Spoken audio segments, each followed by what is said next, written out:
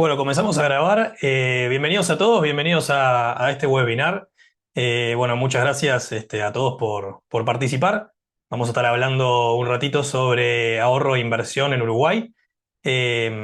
Así que bueno, vamos comenzando eh, este webinar.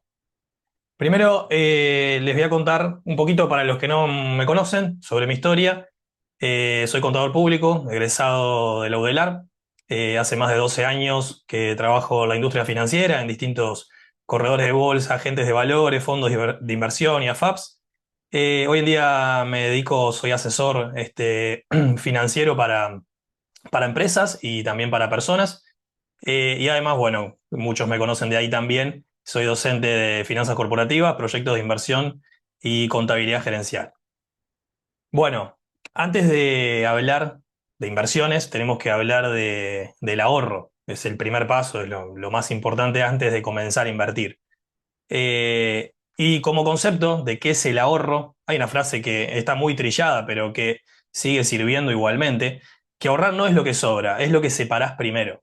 Entonces, eh, las finanzas tienen mucho de comportamiento, de psicología, y el hecho de poder pagarnos primero a nosotros, cuando cobramos el sueldo, o cuando cobramos nuestros ingresos, si es que somos independientes, pagarnos a nosotros antes es un hábito financiero muy recomendable porque muchas personas tienden a ahorrar después de que gastan. Y en realidad parece un poco trillado, como les decía, pero lo principal es intentar ahorrar antes, separar antes de comenzar a gastar. ¿Bien?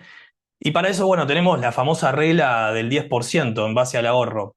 Empezar separando al menos el 10% de tus ingresos mensuales, como regla, todos los meses. Si después algún mes podés más, mejor. Y si algún mes, bueno, estás muy apretado y tuviste que usar ese ahorro, bueno, no te queda otra. Pero por lo menos empezar por la regla del 10%, que es separar el 10% de tus ingresos apenas cobras.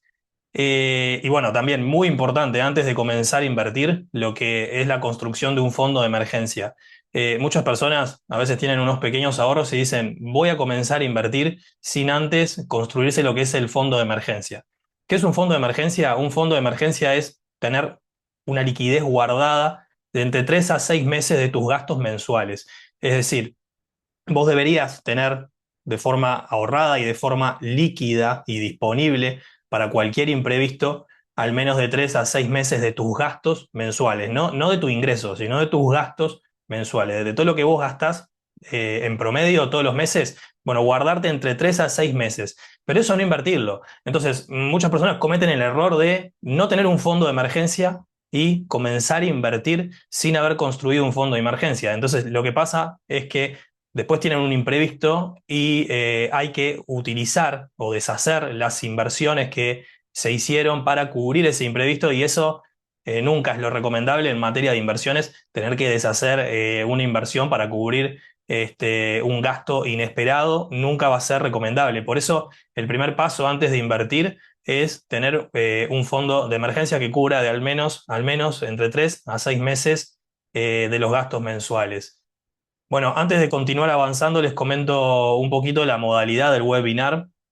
La modalidad del webinar para los asistentes es sin cámara y sin micrófono en principio. Sí tienen habilitado el chat, es decir, que a medida que ustedes vayan escribiendo en el chat o haciendo preguntas, yo voy leyendo, voy tomando nota y las voy respondiendo a lo largo de de esta charla. Al final del todo, cuando estemos terminando el webinar, voy a habilitar una sección de preguntas ahí sí, con micrófono, y ahí yo les comento cómo funciona, pero los que quieran participar, los que quieran preguntar algo al final del webinar, van a tener que apretar un botoncito que tienen ahí en Zoom de una manito, y ahí yo les habilito el micro y ahí ustedes pueden hacer preguntas en orden. ¿Bien? Bueno, entonces queda claro que antes de invertir hay que ahorrar. Una regla clave y básica para empezar a ahorrar es separar al menos el 10% de tus ingresos mensuales y ni que hablar la construcción de un fondo de emergencia. No se salten estos pasos antes de invertir. ¿Tá? Si solamente les alcanza para el fondo de emergencia, bueno, no empiecen a invertir si no tienen completo ese fondo de emergencia. ¿Bien? Bueno, ahora sí, perdón. Una vez que ahorramos, que es un paso muy importante, el ahorro primero, nos hacemos la siguiente pregunta. ¿Alcanza con ahorrar? Es decir, ¿estamos haciendo las cosas bien? Si solo ahorramos, en realidad van a ver que no. Y les cuento por qué con ahorrar no alcanza. Miremos en la siguiente placa lo que ha sido la evolución de la inflación en Uruguay en pesos desde el 2015 hasta el 2025. Eh, Fíjense que el año pasado, 2024, la inflación cerró anual en un 5,49%. Algunos años anteriores incluso llegó casi a un 10%. En promedio, los últimos 5 años, es decir, de 2020 a 2025, la inflación en Uruguay acumuló un 47%. Ahora les cuento qué significa esto. Primero hablemos un poquito, para los que no saben, de qué es la inflación. La inflación, como definición económica, es un alza sostenida en los precios de los bienes y servicios. La inflación en Uruguay es un índice que lo calcula el Instituto Nacional de Estadística y ese índice se llama IPC, eso seguramente lo conozcan. Ese índice refleja la evolución de los precios de los bienes y servicios que están en una canasta básica elaborada por este instituto.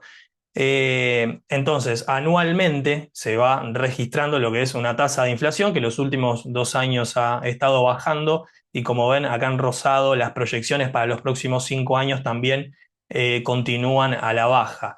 No obstante, por más que la inflación esté bajando y que hoy en día sea un poco menor a lo que ha sido los años anteriores, de todas formas hay inflación y la inflación afecta a nuestro bolsillo. Si nosotros tenemos pesos quietos, dinero que está quieto, como yo le digo, bajo el colchón, o lo tenemos en una caja de ahorros, pesos uruguayos estamos hablando, todos los años, todos los meses, incluso todos los días, estamos expuestos a la inflación. Eso significa que nuestro dinero pierde valor a medida que va pasando el tiempo. ¿Y qué significa eso de que pierde valor? Si yo tengo, supongan, 100.000 pesos hoy, dentro de un año, en realidad voy a seguir teniendo los mismos 100.000 pesos. Supongan que ustedes guardan 100.000 pesos abajo del colchón, dentro de un año van a seguir teniendo los mismos 100.000 pesos. Entonces, los billetes son los mismos y la cantidad es la misma. Pero, ¿qué sucede? Tienen menor poder de compra. ¿Qué significa menor poder de compra? Que con esos 100.000 pesos dentro de un año pueden comprar menos cantidades de los mismos bienes y servicios. Dicho de otra forma, supongan que la inflación proyectada para cuando termine de cerrar 2025 y 2026, supongan que es de un 5%. Si ustedes tienen 100.000 pesos hoy, julio 2025, de acá a julio 2026, los bienes y servicios que ustedes podían comprar hoy van a valer un 5% más. Entonces, dentro de un año, si ustedes siguen teniendo los mismos 100.000 pesos, van a poder comprar menos cantidades. Y les cuento un ejemplito en esta placa. Supongan que en el 2020, ahora vamos hacia atrás, con los datos reales registrados, ustedes guardaron 100.000 pesos en el colchón o en una caja de ahorros y no los tocaron, no los invirtieron. Hoy, 2025, para comprar los mismos bienes y servicios que ustedes compraban con esos 100.000 pesos en el año 2020, hoy, en el 2025, con una inflación acumulada entre 2020 y 2024, necesitarían 47.000 pesos más para comprar los mismos bienes y servicios. ¿Tá? Si ustedes no tienen 47.000 pesos más y siguen teniendo los mismos 100.000 pesos, van a poder comprar menos cantidades. Entonces, la inflación del poder de compra se explica de dos formas. Una es, si ustedes tienen los mismos 100.000 pesos entre 2020 y 2025 y no hicieron nada con esos 100.000 pesos, van a poder comprar un 47% menos de los mismos bienes y servicios que compraban en 2020. O dicho de otra forma, para comprar los mismos bienes y servicios en 2025 que en 2020, necesitarían 47.000 pesos más, es decir, un 47% más. Fíjense que casi estamos redondeando en un 50% que perdió valor el dinero entre 2020 y 2024, es decir, son 5 años. ¿Ah? Parece mucho tiempo, pero en realidad no es tanto tiempo. En un abrir y cerrar de ojos, y nosotros no hacemos nada con nuestro dinero, por más que los billetitos sigan siendo los mismos, ¿ah? Eh, Podemos comprar mucho menos, tenemos una capacidad de compra que en términos económicos se le llama poder de compra mucho menor, mucho menor, mucho menor. ¿Bien? Y ahí uno dice, típico pensamiento que tenemos arraigado, ¿no? Entonces decimos, bueno, entonces ahorro en dólares, ¿no? Muchas personas dicen, yo sé que en pesos pierdo por la inflación, entonces, bueno, compro dólares. Y compro dólares, igual estoy cubierto. No hago nada con esos dólares porque no me animo a hacer nada, no quiero hacer ninguna inversión, por más que sea de bajo riesgo, tengo miedo, no sé cómo funciona, dejo los dólares quietos en caja de ahorro o abajo del colchón, donde quieran, pero no hago nada con esos dólares y digo, está bien, porque yo sé que en pesos de repente uno tiene más conocimiento y dice, bueno, yo sé que en pesos hay inflación, pero muchos desconocen la inflación en dólares y la inflación en dólares existe y los últimos años ha dado que hablar la inflación en dólares. Miren la siguiente placa. Acá les puse, ni el dólar se salva. Hablando de poder de compra, en los mismos 5 años pasados, el dólar perdió un 21% de poder de compra producto de la inflación. Acá no estamos hablando de la cotización del dólar, no, no, no. Estamos diciendo que en los últimos 5 años, producto de la inflación en dólares, si yo quiero comprar los mismos bienes y servicios hoy, en 2025, necesito un 21% más de dólares que los que necesitaba en el 2020. Entonces acá les puse en la siguiente placa un ejemplo donde si yo en el 2020, supongan, estaba pensando comprar un auto y digo, no, mejor saben qué, no compro un auto porque capaz que estoy medio apretado. eh, Voy a guardar esos $10.000 que tengo acá en una caja de ahorro, abajo del colchón, en una caja fuerte, donde ustedes quieran, y no hicieron nada entre 2020 y 2025. Ahora 5 años después, si ustedes se quieren comprar un auto, supongan de las mismas características, lo que sucede que en el ejemplo del auto, justo a veces por la tecnología puede ir subiendo o bajando los precios, salen nuevos modelos, juega también un papel los autos usados, pero bueno, no entremos en tanto detalle, es un ejemplo simplemente ilustrativo, supongan que se mantiene lo que es el mismo auto, mismo modelo, simplemente con características mejoradas, y supongan que el modelo no ha perdido, no ha perdido características en el mercado de autos, entonces vieron que muchas veces lo que sucede es que las automotoras suelen bajar los precios o subirlos dependiendo de la competencia. Bueno, pero no vamos a entrar tan fino en el ejemplo, simplemente tómenlo como algo ilustrativo. Hoy, si se quieren comprar el mismo auto con mejor tecnología, obviamente porque pasaron 5 años, necesitarían un 21% más de dólares. Es decir, que con los $10.000 que ustedes sacan de la caja fuerte, 5 años después, van a la concesionaria y le dicen, no, no te alcanza. Para comprar ese auto necesitas 12.100. ¿Por qué? Porque el dólar perdió un 21% de valor en los últimos 5 años. Y ese es el famoso poder de compra. Y esto es impactante, porque uno dice, estoy ahorrando en dólares y pienso que estoy haciendo las cosas bien, y no están ni cerca de hacer las cosas bien, ¿tá? No es para retarlos, pero es simplemente para decir una frase fuerte que los motive a decir, voy a hacer mover un poquito esos dólares, porque si no, la inflación en dólar me va a comer el bolsillo, ¿tá? Fíjense, volvamos a la placa anterior. El último año la inflación en dólares fue de un 3%, el año anterior de un 4% y en 2022 fue la más alta, una de las inflaciones en dólares de Estados Unidos más altas en toda la historia.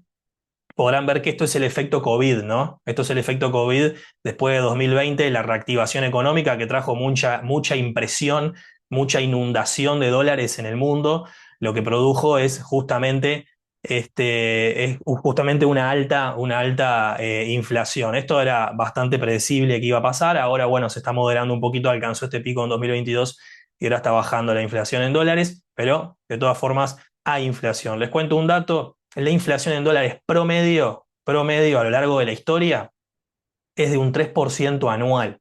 Así que tengan en cuenta que si ustedes guardan dólares y no hacen nada con esos dólares, en promedio están perdiendo un 3% de poder de compra todos los años. Bien, están perdiendo un 3% de poder de compra todos los años si ustedes no hacen nada con esos dólares. Ahora vamos a hablar de cómo invertir justamente y hacer mover un poquito por lo menos para ganarle a la inflación, tanto en pesos como en dólares. Pero antes de ver qué opciones de inversión tenemos con los distintos tipos de riesgos y retornos que vamos a ver hoy, vamos a hacernos una pregunta que también esto hablé un poquito en redes también, es que antes de invertir, ¿no? ¿En qué ahorro? ¿En qué moneda ahorro? Esa es una pregunta clásica. Como les decía recién, uno tiene muy arraigado ahorro en dólares. Pero si yo ahorro en dólares y tengo gastos planificados en pesos, tengo un riesgo de tipo de cambio ahí. Tengo un riesgo de tipo de cambio. Uno siempre está asumiendo que el dólar va a subir. Y eso es un error, asumir que el dólar va a subir todo el tiempo. Porque de hecho los últimos años, como subí en el video en Instagram que les mostré con los datos de 2022 a 2025, el hecho de haber ahorrado en dólares fue una decisión, fue una peor decisión que el hecho de haber ahorrado en pesos o en unidades indexadas. Entonces, definir la moneda en la que yo voy a ahorrar es importante y lo que tengo que mirar ahí es cuáles son mis objetivos. Si yo tengo objetivos claros, concretos en el corto plazo, como por ejemplo un viaje, que voy a necesitar dólares, por ejemplo la compra de un auto, o gastos en el exterior, lo más sensato es ahorrar en dólares, es ahorrar en la moneda en la que voy a gastar. Ahora, si yo estoy ahorrando porque tengo gastos planificados que son en pesos, de repente estoy ahorrando para ese fondo de emergencia, para construir ese fondo de emergencia, porque para construir el fondo de emergencia hay que ahorrar. Y como le decía, ahorrar entre 3 a 6 meses de lo que serían mis gastos planificados. En ese caso, si yo la mayoría de los gastos mensuales que tengo son en pesos, porque tengo alquiler, gastos diarios, cuotas de préstamos, etcétera, bueno, lo más sensato es que ahorre en pesos. ¿Puedo ahorrar en dólares? Sí, pero estoy expuesto al tipo de cambio. Si el dólar sube, todo bien, pero si el dólar baja, estoy perdiendo versus haber ahorrado en pesos. Si tengo dudas o si no tengo bien claro qué voy a hacer con esos ahorros en el corto plazo, una buena opción es hacer un mix. Y en ese caso, lo que mejor funciona es la unidad indexada. Vamos a estar hablando bastante hoy de lo que es la unidad indexada. ¿Tá? La unidad indexada es una moneda de referencia, moneda como tal no existe, no es una moneda física, no es una moneda que yo pueda tocar, es una moneda de referencia que se creó en el año 2002, y esa moneda lo que tiene la particularidad que todos los días se reajusta, y se reajusta por la inflación o por el IPC diario. Entonces es una moneda que sigue la inflación, es una moneda muy buena. Si yo ahorro en unidades indexadas, me estoy cubriendo de la inflación. ¿Y cómo ahorro en unidades indexadas hoy en día? Vamos a hablar de esto dentro de un rato, vamos a profundizar un poquito más, pero les voy contando. ¿Cómo puedo ahorrar en unidades indexadas? Bueno, hay cajas de ahorro hoy en día que algunos bancos ofrecen en unidades indexadas. Dependiendo del monto, puede ser que haya algún costo de mantenimiento de la caja de ahorro en unidades indexadas o no, dependiendo del monto. Montos arriba de los 100.000 pesos, en algunos bancos no tienen costos de mantenimiento. De todas formas, por más que haya un pequeño costo de mantenimiento, es beneficioso una caja de ahorro en unidades indexadas versus una caja de ahorro en pesos, porque todos los días se va reajustando. Ahora dentro de un rato hablamos un poco cómo funciona esa unidad indexada, ¿bien? Pero pasemos, bueno, teníamos la siguiente placa, perdón. ¿Qué es la unidad indexada? Es una unidad que se ajusta su valor diario con la inflación oficial IPC, nació en el 2002 para preservar el poder de compra, eso es lo que hablábamos un ratito. ¿Para qué sirve? Ahorrar a largo plazo sin perder poder adquisitivo. Por ejemplo, si yo quiero ahorrar en pesos, ¿tá? Quiero ahorrar en pesos, pero quiero ahorrar en pesos no para mañana, ni para pasado, ni para el mes que viene, sino para el largo plazo, ahorrar en unidades indexadas es una muy buena opción porque me protege frente a la inflación. Esa pérdida por inflación que veíamos en las placas anteriores, esa pérdida por inflación en pesos acá del 47% entre 2020 y 2025, si yo estos 100.000 pesos, en vez de haberlos dejado en el colchón, abro una caja de ahorro en un banco, en unidades indexadas, eh, 5 años después, se me hubiera mantenido este poder de compra del 47% y en 2025, con esas unidades indexadas que yo compré en 2020, en 2025 podría mantener ese poder de compra, es decir, comprar los mismos bienes y servicios que compraba con mi capital, con mi ahorro en el 2020. Bien, eso es entonces la unidad indexada. La unidad indexada es un numerito, hoy en día está en 6,36 creo, ahora nos fijamos. Pero es un numerito que lo que hace va aumentando todos los días, va registrando la inflación diaria. Si yo compro unidades indexadas hoy, supongan para redondear a 6 y dentro de un año las unidades indexadas valen 7, la diferencia entre el precio de compra y el precio de venta justamente reflejaría lo que es ese poder de compra, esa inflación acumulada entre un momento y el otro. Eh, Bien. Bueno, ¿cómo utilizo la unidad indexada? Hoy en día me puedo abrir una caja de ahorro, una cuenta en unidades indexadas en algunos bancos, algunos tienen costo mínimo, como les comentaba. Acá les puse también que pueden hacer algún plazo fijo, pero esto ya hablando más de inversiones, que es lo que vamos a hablar ahora a continuación. Entonces, está claro que lo que dijimos que solo con ahorrar no alcanza, hay que hacer algo, hay que invertir. Entonces, vamos a empezar por las opciones más clásicas que tenemos acá en Uruguay y más conservadoras y por lo tanto con menor riesgo, que son los plazos fijos. Y alguno de ustedes me dirá, bueno, los plazos fijos no tienen riesgo, ¿por qué decís con bajo riesgo? Bueno, cualquier inversión tiene riesgo, cualquier inversión. Yo no estoy comprando un activo financiero cuando hago un plazo fijo, no estoy comprando una acción, no estoy comprando un bono, no estoy comprando una letra de tesorería, estoy haciendo un plazo fijo que lo que hace el plazo fijo es, estoy haciendo un depósito en el banco, pero no es un depósito cualquiera, no es una caja de ahorro, estoy haciendo un depósito con el compromiso de no tocarlo, de no poder tocarlo y el banco me retribuye con una tasa de interés. Pero hay riesgo, porque ahí justo está el riesgo bancario, el riesgo de que el banco desaparezca y no me devuelva lo invertido. Hay riesgo, es una opción con riesgo igualmente. es de las opciones que tiene menor riesgo claramente en el mercado, pero es una opción con riesgo al fin. Bien. Entonces, en ese sentido, son las opciones más clásicas y las que menor riesgo tienen, pero el único riesgo básicamente que tendría ahí es el riesgo propio de cada institución bancaria. En ese sentido tenemos plazos fijos en pesos, plazos fijos en dólares y plazos fijos en unidades indexadas. Y acá se nos vuelve, perdón, a plantear la misma pregunta. Plazo fijo, ok, perfecto. ¿En qué moneda lo hago? ¿En pesos, en dólares o en unidades indexadas? Y les voy a mostrar en las siguientes placas una particularidad que está sucediendo hoy en día, análisis mío se les voy a mostrar ahora, con justamente lo que son las expectativas de tipo de cambio del Banco Central y del promedio de los participantes del mercado y las expectativas también de la inflación y cómo en base a a esas expectativas una opción podría ser mejor que otra. Obvio, nadie tiene la certeza de acá a un año, 2 años, 3 años lo que va a pasar, pero sí están lo que son los promedios de las proyecciones, que si se convalidan esos promedios, una opción sería mejor que otra. Entonces, miren, les cuento. Vamos a ver un poquito las tasas vigentes de los plazos fijos en pesos en el Brow. Vamos a ver en dólares también, en unidades indexadas, para ver, bueno, qué moneda me podría convenir más de acuerdo a la coyuntura. La coyuntura económica es lo que está sucediendo básicamente en la economía y qué es lo que se espera para los próximos periodos. Primero les enseño a leer lo que es una pizarra de plazo fijo. Acá del lado izquierdo tenemos lo que es pizarras sucursales, no le vamos a dar bola porque si ustedes van a hacer un plazo fijo, lo ideal es que si lo hacen en el Brow, lo hagan de forma virtual o online porque las tasas son mejores que en sucursal, justamente eso es para fomentar que la gente no vaya a sucursal. Y acá en las filas estamos en plazo fijo en pesos, en las filas tenemos los plazos de 30 a 59 días, de 60 a 90 y así hasta 366 días y plazos fijos mayores a un año y así hasta 1096 días. Ustedes verán que a medida que va aumentando el plazo va aumentando la tasa. Eso es concordante con el principio número uno de las finanzas, que a mayor plazo, mayor riesgo y por lo tanto mayor rentabilidad o tasa de interés. Pero supongamos que vamos a hacer un plazo fijo en pesos a un año, centrémonos acá, 366 días, este extremo. El banco, en este caso el Brow, nos estaría pagando, por las dudas no me patrocina el Brow, pero sí que están muy buenas estas tablas para ilustrar. A 366 días, es decir, un año el Brow, si yo deposito esos pesos, X pesos, y los dejo por un año, me estaría pagando un interés del 7,5%. ¿Y por qué hay dos columnas al vencimiento y mensual?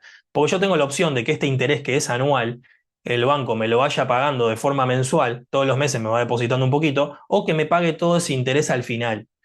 La tasa de interés cuando me pagan todo junto al final es un poquito más alta que la tasa de interés si yo quiero ir cobrando esos intereses de forma mensual. Así que tenemos que darle bola a esta columna de acá, la pizarra sucursales no, nos paramos en el plazo y tenemos al vencimiento mensual. Al vencimiento significa que nos devuelven todo lo que, si vamos a depositar 100.000 pesos en un plazo fijo en pesos, dentro de un año el Brow nos devuelve los 100.000 pesos que pusimos y un 7,5% más, es decir, 7.500 pesos más. Si no, nos devolvería de forma parcial todos los meses el equivalente a una tasa del 6,75% sobre esos 100.000 pesos invertidos. Bien, entonces, bueno, recordemos esta tasa, 7,5, igual ahora les muestro una simulación en Excel. Vamos a ver los plazos fijos en dólares. Cada plazo fijo, pesos, dólares o unidades indexadas, las tasas de interés que están publicadas son en esa moneda. Cabe destacar. A 366 días, 3,40%, 3,4% si lo hago de forma mensual, 3,06. 3,4% nos está pagando el Brow hoy en día si hacemos un plazo fijo en dólares. Es decir, supongan que depositamos 10.000 dólares, dentro de un año nos devolverían los 10.000 dólares y un 3,4% de intereses sobre esos 10.000 dólares. Bien, esto es una tasa en dólares. La anterior era una tasa en pesos, 7,5 en pesos y 3,4 en dólares. No es lo mismo pesos que dólares. Y después tenemos unidades indexadas acá, 366 días, 0,80%. Y ustedes dicen, pero ¿para qué haría un plazo fijo en unidades indexadas a un 0,8% de interés? Parece re bajo 0,8% de interés, ¿no? Como que nadie se tiraría a esta opción.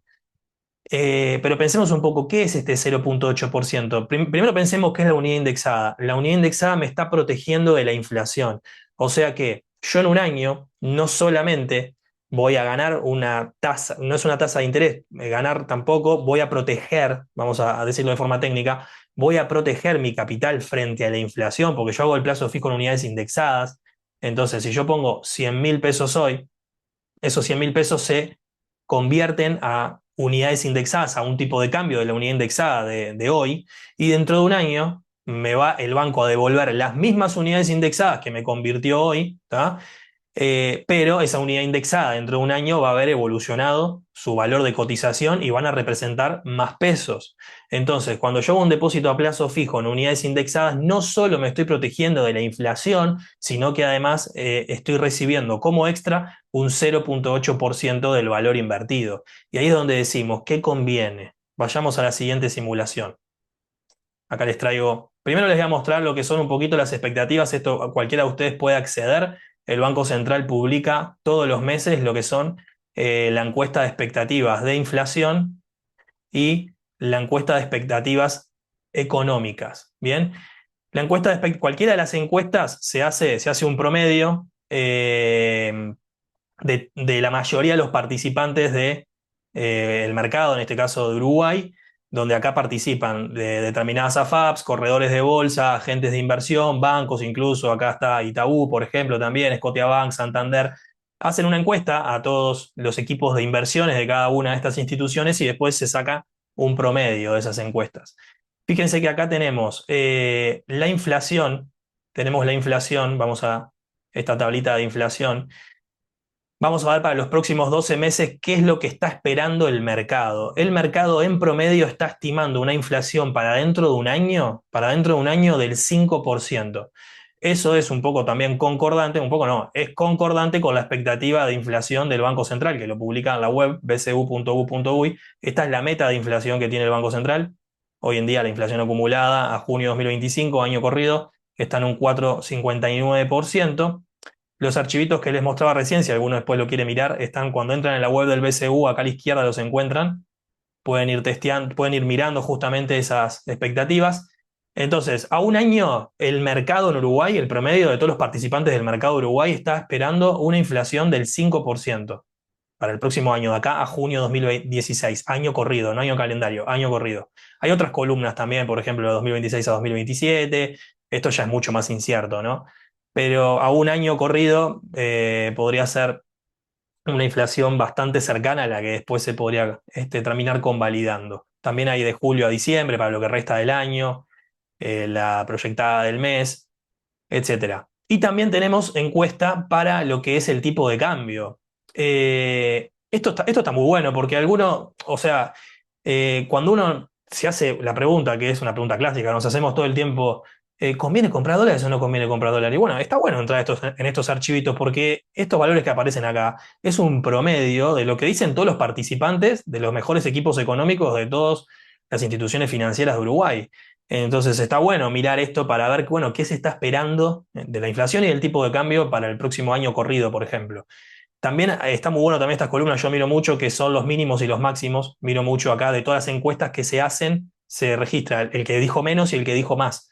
Por ejemplo, para lo que resta de año calendario 2020, para los próximos 12 meses, vamos a diciembre de 2025 acá. Para el cierre de 2025, en promedio se está proyectando un cierre del tipo de cambio de 41,5, es decir, que a fin de año el dólar en promedio están diciendo que debería estar en 41,5. El que dijo menos dijo 39,75. El que dijo más dijo 43. La cantidad de respuestas que se registró fue de 25.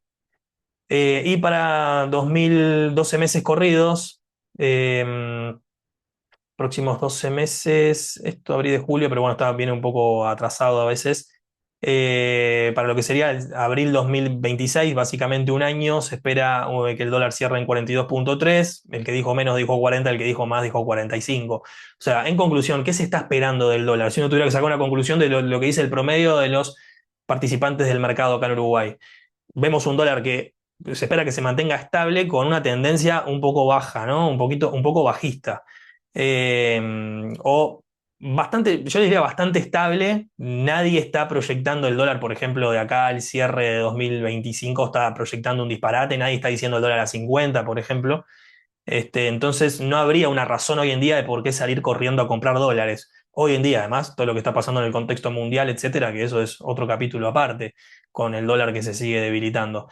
Eh, Bueno, entonces, en base a estas expectativas, veamos un poquito. Estamos diciendo que para los próximos 12 meses un dólar en 42,3 y una inflación del 5%. Entonces, acá les traigo la siguiente simulación para ver, bueno, hago plazo fijo en pesos, en unidades indexadas o en dólares. Supongan que ustedes tienen 100.000 pesos hoy. Esos 100.000 pesos hoy a una UI que cotiza en 6,36 serían 15.000 UI. Bien. Y con un dólar hoy en día que cerró en 40,38 el interbancario serían 2.476 dólares, ¿no? Estos son los 100.000 pesos convertidos a unidades indexadas y convertidos en dólares. Si yo invierto en pesos, lo hago a una tasa del 7,5 en un plazo fijo. Es decir, que dentro de un año, valor futuro, yo tendría 107.500 pesos. Bien. Si lo hago en unidades indexadas, lo hago al 0,8%, es decir, que dentro de un año yo tendría 15.837 unidades indexadas. Las 15.711 que cambié hoy, más el 0,8% de interés que lo cobro en unidades indexadas y me daría 15.837 unidades indexadas. Con una cotización que supongamos una inflación proyectada del 5%, la UI pasaría de 6,36 a 6,68. Esto no es más ni menos que hacer 6,36 por 1,05. ¿No? Es lo que está ahí en la fórmula, si lo quieren ver. Yo después les bajo hasta les paso cuando algo que cabe aclarar, ¿no? Si alguno se tiene que ir o si conocen a alguien que no se haya podido conectar, le pueden pasar el dato que todo este webinar está quedando grabado y yo les mando el link después de la grabación, ¿tá? Si alguno se tiene que ir, lo que sea, o se perdió alguna parte, después lo van a tener también de forma grabada. Entonces, si estas 15.837 unidades indexadas que yo voy a tener dentro de un año, con una inflación del 5%, cotizando al 6,68, voy a tener dentro de un año 105.840 pesos, menos que lo que sería si invierto en pesos, ¿no? O sea que hasta acá, con una inflación proyectada del 5%, me estaría diciendo que si convalida la inflación proyectada, sería mejor hoy en día un plazo fijo en pesos que en unidades indexadas hoy en día. Entonces, uno diría, hoy en día está más tentador un plazo fijo en pesos que en unidades indexadas. ¿Es poca la diferencia? Sí, es poca la diferencia. Estamos hablando de 100.000 pesos. Si tenemos 1 millón de pesos o más, la diferencia obviamente se va agrandando. Eh, entonces, volviendo, perdón. Si nosotros decidimos hacerlo en dólares, son 2.400 dólares al 3,4%, dentro de un año vamos a recibir los 2.000 y pico de dólares, 2.476 que invertimos, más el 3,4% de interés que lo vamos a cobrar en dólares, acumularíamos dentro de un año 2.561 dólares. Supongamos que dentro de un año, acá pongamos el tipo de cambio, 42,31, si ubicara en 42,31, tendríamos 108.000, perdón, 342 pesos. Es decir, que dado lo que se espera por los participantes del mercado de acá a un año, lo más conveniente de las tres opciones sería un plazo fijo en dólares, seguido de un plazo fijo en pesos, y por último, hoy en día lo que estaría menos atractivo es un plazo fijo en unidades indexadas. ¿Tá? Ahora, ¿nos tiramos todos a hacer un plazo fijo en dólares o un plazo fijo en pesos si no hacemos plazo fijo en unidades indexadas? Y bueno, a ver, esto es un promedio de las expectativas que dicen los participantes del mercado de acá a un año. Hay incertidumbre. Ustedes ya saben que en el medio puede pasar cualquier cosa, se puede desatar una nueva guerra comercial. ¿Vieron todo lo que pasó hace un año, de un año hacia acá? ¿Vieron todo lo que pasó, no? El dólar cómo viene cayendo desde enero hasta ahora. Pueden pasar un montón de cosas, pueden pasar un montón de cosas. Nadie tiene la certeza, pero con los datos proyectados que tenemos hoy en día, que esto que les mostré son las mejores proyecciones, porque si esta no es la mejor proyección que reúne el promedio de los mejores participantes, no hay una mejor proyección que esta. Hoy en día lo mejor sería un plazo fijo en dólares. Mi recomendación para hoy es que, dependiendo de la moneda también, esto depende un montón, de vuelta, volvemos a lo básico, ¿no? Depende un montón de la moneda en la que pensemos gastar nuestros ahorros de repente de acá a un año. Si nosotros tenemos proyectos en dólares de acá a un año, 2 años, 3 años, no hagamos un plazo fijo en pesos. No hagamos un plazo fijo en pesos. Sigamos haciendo plazo fijo en dólares, si no nos animamos a invertir en nada más, ¿no? Estamos arrancando por lo que tiene menor riesgo. No hagamos un plazo fijo en otra moneda, ¿para qué exponernos al riesgo de tipo de cambio? Y si nosotros tenemos gastos planificados en pesos dentro de un año, o porque queremos hacer rendir estos pesos para hacer X gasto en pesos que no es en dólares dentro de un año, y bueno, lo mejor sería hacer el plazo fijo en pesos. ¿Para qué nos vamos a exponer al dólar? No necesario. Es algo que tenemos bastante arraigado en la cultura, nosotros los uruguayos, de decir, compramos dólares, dale, dale, vamos a comprar dólares, siempre el dólar sirve. No, no siempre el dólar sirve. Si dentro de un año el dólar, en vez de estar en 42,31, sigue bajando y se sitúa en 40, miren, 102.000 pesos equivaldría al plazo fijo en dólares. De hecho, acá les puse lo que sería la cotización de equilibrio, el dólar de equilibrio. Para que hacer un plazo fijo en dólares o en pesos sea indiferente, sea lo mismo, el dólar dentro de un año se tendría que situar en 42, redondeando. Si el dólar se sitúa en 42, para dentro de un año, es indiferente haber hecho un plazo fijo en pesos o en dólares. Entonces, ¿qué nos llevamos de esta parte? Eh, Primero pensar en proyectar lo mejor posible la moneda en la que pensamos gastar o usar esos ahorros. ¿Tá? No exponernos a un riesgo de tipo de cambio innecesario. Si no lo tenemos bien claro, hacer un mix de las dos está bien. Y yo siempre recomiendo, a ver, yo soy partidario de la unidad indexada. Lo que sucede con la unidad indexada, lo que es plazo fijo hoy en día está muy poco atractivo. Pero ahora les voy a mostrar cómo esto se da vuelta cuando en vez de invertir en plazos fijos, colocamos nuestro dinero en letras, notas en unidades indexadas o bonos del tesoro cuando hablamos de dólares. Ahí cambia un poquito el panorama, porque el banco hoy en día está pagando una tasa bastante baja en unidades indexadas a plazo fijo, pero nosotros tenemos otra opción de invertir en plazos fijos que no es mucho más riesgosa que la de un plazo fijo, que es bastante parecida, de hecho, a un plazo fijo en materia de riesgo, que es comprar notas del tesoro emitidas por el Ministerio de Economía y Finanzas en unidades indexadas que hoy en día están pagando más o menos un 3% anual en UI. Entonces, veamos. Esta es la simulación que hicimos con lo que respecta a las inversiones en plazo fijo. Como dijimos, el primer paso para quienes quieren comenzar a invertir y no saben en qué, bueno, los plazos fijos son los instrumentos, una forma de invertir de las más seguras. Después pasamos a otra forma de invertir que también, como les decía, en términos de lo que es riesgo, en términos de lo que es riesgo, es tan segura como un plazo fijo. Lo que pasa que no hay tanto acceso a estas opciones de inversión todavía. ¿Tá? No están tan disponibles estas opciones de inversión tan al alcance, tan a la mano como es un plazo fijo que lo abrimos así nomás, de forma online en cualquier banco. Lo que es comprar letras de tesorería o notas del tesoro o bonos del tesoro de Estados Unidos, los bancos están todavía un poquito reacios a esto. Porque ¿cuál es el juego del banco también? ¿Cuál es la ganancia del banco? La ganancia del banco es que vos le deposites plazo fijo, él te paga una tasa y después eso va y lo invierte en instrumentos de igual riesgo, básicamente, que son letras, notas y bonos de Estados Unidos, con un plus, con una tasa más alta y el banco se lleva el spread, esa diferencia. Entonces los bancos hasta ahora no querían mostrar estas cartas. Lo que pasa es que la globalización, el acceso a la información, etcétera, está haciendo que los bancos hoy en día tengan que empezar a ofrecer estos instrumentos que antes solamente podíamos acceder a través de corredores de bolsa o agentes de valores. Hoy en día, dependiendo del banco, podemos comprar letras emitidas por el Banco Central de una forma bastante fácil, dependiendo del banco. Se puede comprar. El Brow está un poquito todavía desactualizado con eso, pero hay varios bancos como Itaú, Scotia, en donde pueden comprar letras así nomás, que es como abrir un depósito a plazo fijo. Bueno, para los que no saben, veamos qué es una letra de regulación monetaria, LRM, o letra de tesorería emitida por el Banco Central. Son instrumentos en pesos, los emite el Banco Central del Uruguay. ¿Cuál es el objetivo? El objetivo es regular la cantidad de dinero que hay en una economía y por ende regular tasas, como son las tasas de inflación y como lo que es el tipo de cambio, regular variables macroeconómicas. Bien, cuando el Banco Central del Uruguay emite estas letras todas las semanas, ahora les muestro un calendario, y ustedes dirán, ¿por qué el Banco Central emite letras? Es decir, ¿qué significa emitir letras? Cualquiera de nosotros puede comprar una letra del Tesoro o letra de regulación monetaria emitida por el Banco Central. Dicho de otra forma, le estamos prestando dinero al Banco Central y el Banco Central se compromete a devolvernos ese dinero en el plazo pactado y con un plus, es decir, con una tasa de interés. ¿Por qué el Banco Central hace esto? ¿Necesita plata el Banco Central? No, no, el Banco Central no necesita plata. El Banco Central no es el gobierno. ¿Tá? El Banco Central es una reserva.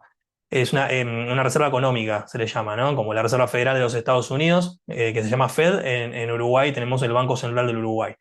El objetivo del Banco Central del Uruguay no es endeudarse, tomar esa plata para gastarla en algo, no. Lo que hace el Banco Central con las letras es un activo que se llama un activo de justamente, como dice el nombre, para regular tasas o movimientos macroeconómicos. Entonces, cuando el Banco Central emite letras, fija o corta una tasa de interés, ¿qué es lo que está haciendo con esa tasa de interés? Si el Banco Central sube la tasa de interés, lo que hace es que invertir en letras sea atractivo para los inversores. Es decir, fomenta la inversión y desmotiva el ahorro, ¿tá? Cuando el Banco Central sube la tasa. ¿Y para qué el Banco Central hace eso? Para sacar dinero de circulación de una economía. ¿Tá? ¿Para qué subiría la tasa de interés del Banco Central de las letras?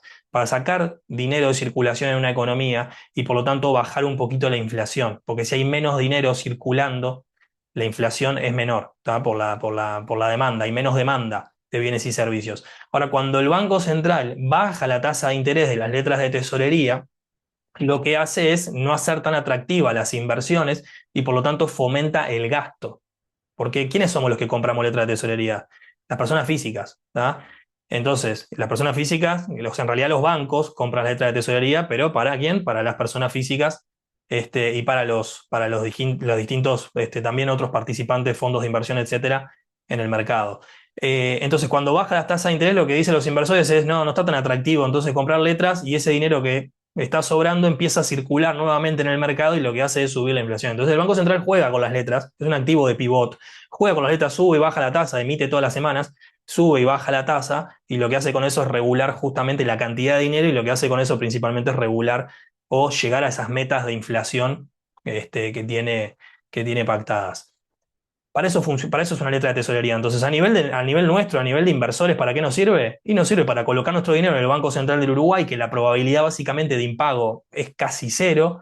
En la historia de Uruguay nunca ha pasado que el Banco Central no tenga capacidad de pago porque las letras son en pesos y el Banco Central tiene la maquinita para imprimir. Entonces, si no puede pagar, pone la máquina a imprimir y paga. No es como tomar deuda en dólares, donde en Uruguay no podemos imprimir dólares, solamente los imprime Estados Unidos.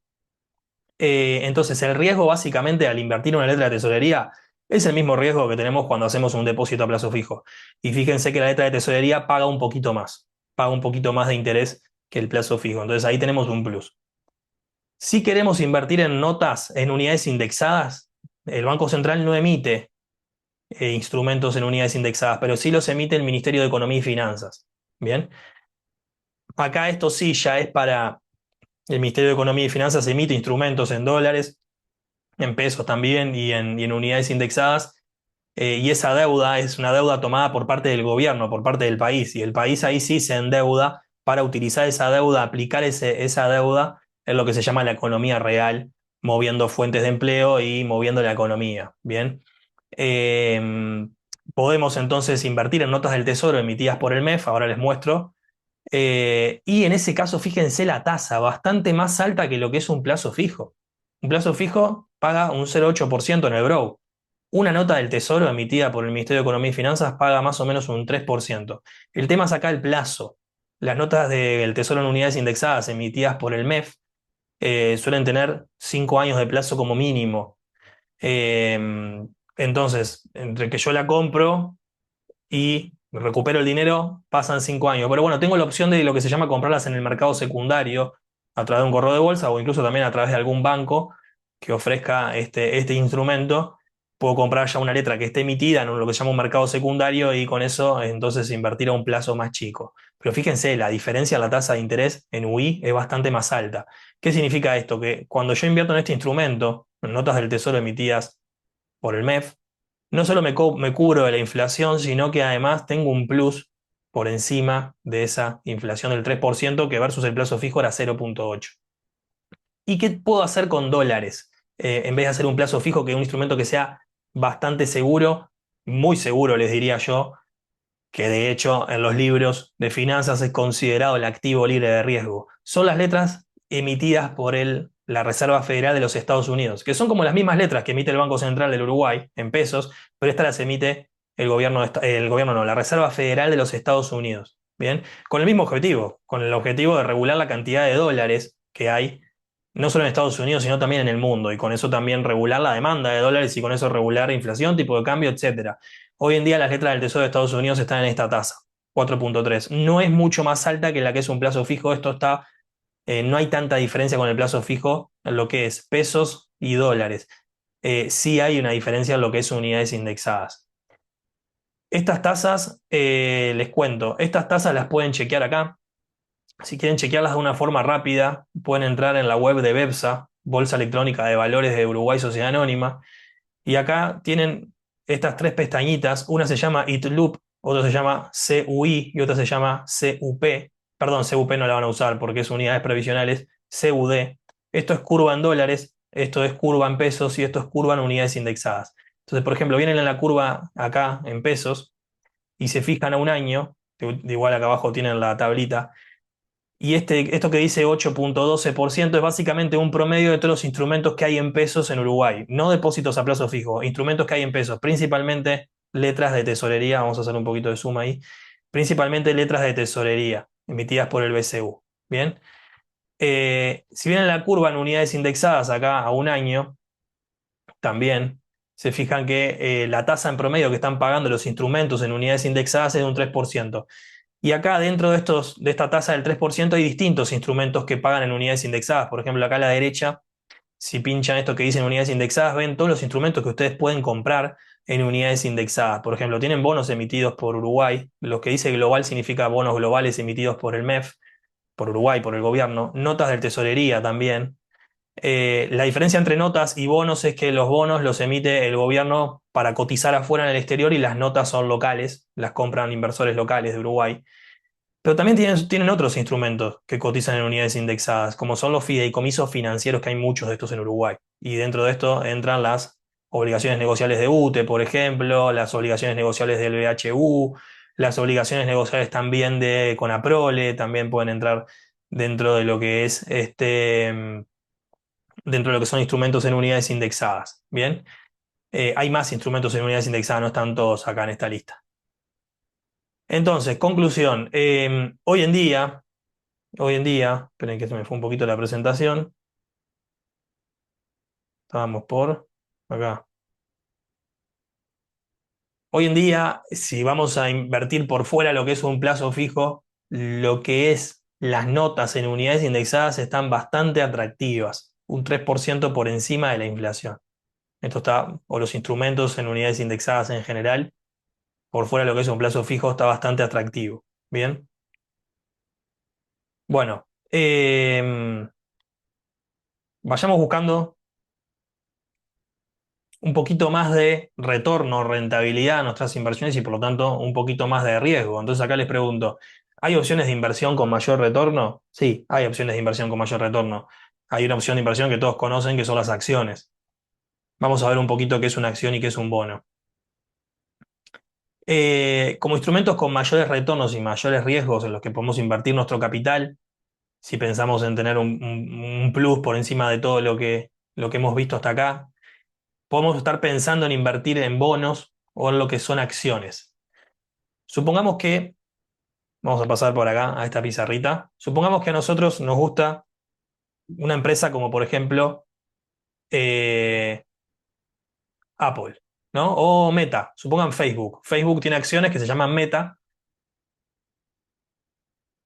y que cualquiera de nosotros puede comprar acciones de Meta o de Facebook, o invertir, mejor dicho, en Meta.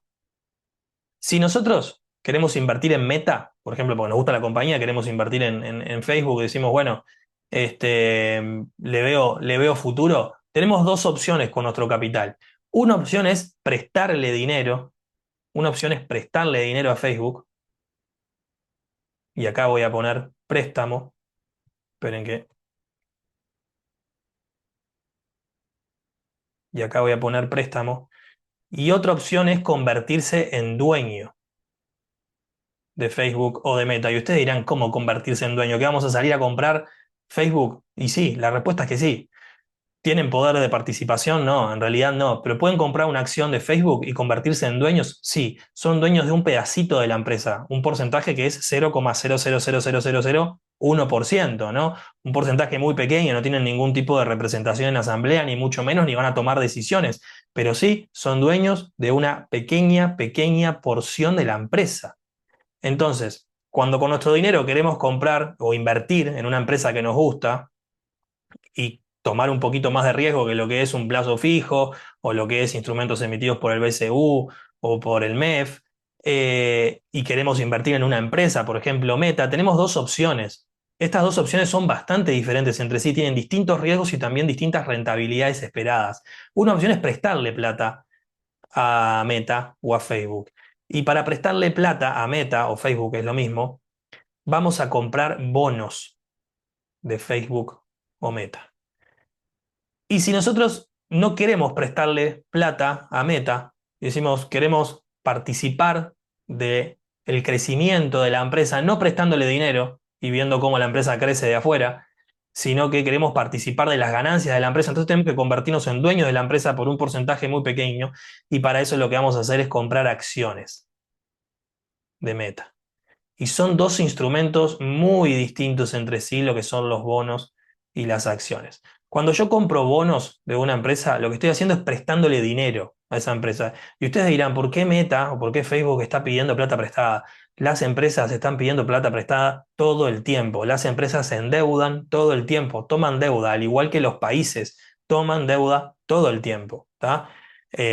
¿Por qué? Porque esa deuda que toman las empresas la aplican en un mercado real, llevando adelante proyectos de inversión con una rentabilidad atractiva y así fomentando el crecimiento de la empresa. El endeudamiento, en lo que es el mundo empresarial, es muy importante, ¿no? Uno tiene arraigado como decir, uy, tomar deuda es malo.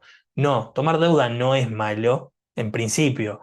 Tomar mal la deuda es malo. Cuando una empresa o un país toma deuda y esa deuda la aplica mal, ahí está el problema. No está el problema en la deuda en sí. Está el problema en cómo se aplica la deuda. Si una empresa se endeuda y esa deuda la aplica mal, no solo le va mal en su negocio, sino que además tiene que pagar la deuda. Imagínense que ustedes van a llevar adelante un emprendimiento, ¿tá? Quieren, no sé, les gusta el rubro del café y van a abrir una cafetería, ¿tá? Entonces se van a poner una cafetería al público y dicen, bueno, no sé, yo tengo $10.000. Y digo, bueno, pero si llego a conseguir 20.000, puedo poner una cafetería mucho más linda y tener muchos más clientes y alcanzar ventas más altas, etcétera. Entonces pongo los 10.000 míos y pido prestado 10.000, y con eso logro invertir 20 y abrir un local mucho más atractivo y poder vender más. Ahora, ustedes dirán, bueno, pero todo bárbaro, entonces divino, entonces te sale redondito. Y bueno, pero el problema es que hay que planificar bien ahí, porque si el negocio después no me sale como yo esperaba, no solo me va mal en lo que pongo yo, que son los 10.000, sino que además tengo que pagar una deuda de 10.000, ¿tá? Entonces, la deuda es buena si está bien aplicada, con buenas proyecciones y si después esas proyecciones se convalidan. Ahora, cuando los países toman deuda por tomar y la aplican mal en la economía, y cuando las empresas toman deuda por tomar y la aplican mal, llevando adelante proyectos de inversión que no son rentables, las empresas van hacia abajo y los países van hacia abajo. Basta con mirar el país vecino, lo que ha pasado, lo que ha pasado a lo largo de la historia, producto de haber tomado la deuda y haberla aplicado muy mal, ¿no? Bueno, entonces, cuando nosotros tenemos nuestro capital y queremos invertir en una empresa que nos gusta, podemos comprar bonos y le estamos prestando dinero a la empresa, o podemos comprar acciones y pasar a formar parte del capital accionario, se llama, de la firma. Una opción tiene más riesgo que otra. Esta opción tiene menos riesgo. Vamos a ponerlo con otro color. Esta opción tiene menos riesgo. ¿Por qué tiene menos riesgo que esta opción que tiene más riesgo? Porque cuando yo le presto dinero a la misma empresa, si a la empresa le va mal, yo en realidad la miro de afuera. La empresa se hunde, pero en realidad me debe a mí. De alguna forma, esta empresa irá a concurso o lo que fuere, dependiendo de la legislación donde se encuentre, y los bonistas, se les llama, que son los que les prestaron dinero a la empresa a través de préstamos, en realidad terminan siendo lo que son acreedores privilegiados, son uno de los que primero cobran. Entonces, algo van a cobrar los que les prestan dinero a la empresa mediante bonos si la empresa se va al muere. Pero quienes compran acciones de una empresa, si la empresa desaparece, ¿tá? Si la empresa desaparece, ustedes desaparecieron con la empresa. Piénsenlo en un ejemplo con un amigo. Supongo que ahora es un amigo de ustedes el que va a poner la cafetería. Le faltan $10.000 a su amigo. Una opción es que ustedes le presten los $10.000, otra opción es que ustedes pongan los $10.000 que le falta y en eso son socios 50 y 50, ¿no? Si a la cafetería le va horrible y cierra, ustedes perdieron los 10 que pusieron. Ahora, si ustedes le prestan 10 a su amigo, ¿tá? Eh, no son dueños, el dueño de la cafetería es su amigo, usted le prestaron los 10 que le faltaban nada más, y a su amigo le va horrible, cierra la cafetería, él le sigue debiendo 10 a ustedes, no sé cuándo se los pagará, problema de ustedes, pero le sigue debiendo esos 10. Por eso una opción tiene más riesgo que la otra, y con una opción puedo ganar más también. Con esta opción, comprando acciones, puedo ganar una rentabilidad más alta. ¿Por qué? Porque si yo, en vez de prestarle 10.000 pesos a mi amigo, paso a ser socio y la cafetería se despega y abrimos 10 sucursales en todo el país, terminamos allá arriba los dos. Ahora, si yo solamente le presté y mi amigo se despegó, yo no me despegué. Mi amigo me devolvió lo que yo le presté y yo vi todo de afuera. Entonces, en finanzas, muchachos, ¿tá? En finanzas, perdón, más riesgo puse. En finanzas hay una regla que nunca pueden perder de vista. A mayor riesgo, mayor rentabilidad. Siempre. A mayor riesgo, mayor rentabilidad. Si ustedes quieren ganar más, van a tener que tomar más riesgo. Si ustedes quieren tomar menos riesgo, van a tener que sacrificar rentabilidad. ¿Tá? No existen fórmulas mágicas. No existen fórmulas mágicas. Quienes vengan a prometerles un negocio a ustedes con una alta rentabilidad y un bajo riesgo, disparen de ahí. Disparen de esos lugares. ¿Tá? No hace falta nombrar algunos nombres, sin nombrar, perdón, lo que ha pasado hace un tiempito acá en Uruguay con lo que son inversiones que prometían rentabilidades bastante atractivas y que les decían no hay riesgo ninguno. Los que me conocen de profe, los que me conocen alumnos míos de finanzas saben que yo venía avisando de eso hace varios años incluso. Tengan mucho cuidado con quienes les prometen rentabilidades fijas y les dicen que hay bajo riesgo. Disparen de esos lugares. Hay una regla de la que no se van a escapar nunca. ¿Quieren ganar más? Tienen que arriesgar más. ¿Quieren arriesgar menos? No hay problema, pero no esperen tener una rentabilidad enorme. Denme un segundito nomás, hacemos un corte, 30 segundos.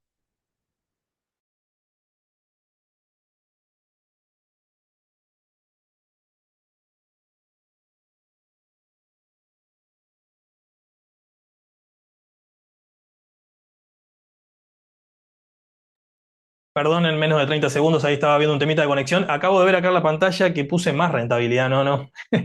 Errores de escritura. Menos riesgo, menos rentabilidad. Les estaba comentando, lo que les estaba diciendo estaba bien, lo que escribí se los escribí al revés. Bueno, si quieren ganar más, van a tener que tomar más riesgo. Si quieren tomar menos riesgo, no hay problema, pero van a tener que sacrificar rentabilidad. Disculpen que lo que les estaba diciendo estaba bien, pero lo escribí mal. Siempre presente esa regla, ¿tá? Porque algo importante también en el mundo de las finanzas y de las inversiones es escapar de esas inversiones atractivas que a veces nos prometen, donde si ustedes ven rentabilidades altas con riesgos bajos, disparen de ahí. Porque de verdad, no hay fórmulas mágicas en este mundo, no hay fórmulas mágicas. Bien, bueno, sigamos entonces con la presentación. Decíamos entonces que podemos invertir en bonos, los bonos pueden ser de empresas o países, los bonos, al estar tomando un poquito más de riesgo que lo que es invertir en un plazo fijo o lo que es invertir en notas del MEF. Yo cuando invierto en un bono, lo que estoy haciendo es prestándole plata a un país o a una empresa. Ahí el riesgo ya es un poco más alto que un plazo fijo o que una nota del tesoro. Es un riesgo más alto, porque estoy prestando dinero a la empresa, a una empresa, que no es el mismo riesgo que tiene comprar letras de tesorería del Banco Central o hacer un depósito a plazo fijo en un banco. Obviamente me van a pagar un interés más alto, el riesgo es un poco más alto y el riesgo que hay acá cuando invierto en bonos es el famoso riesgo de default.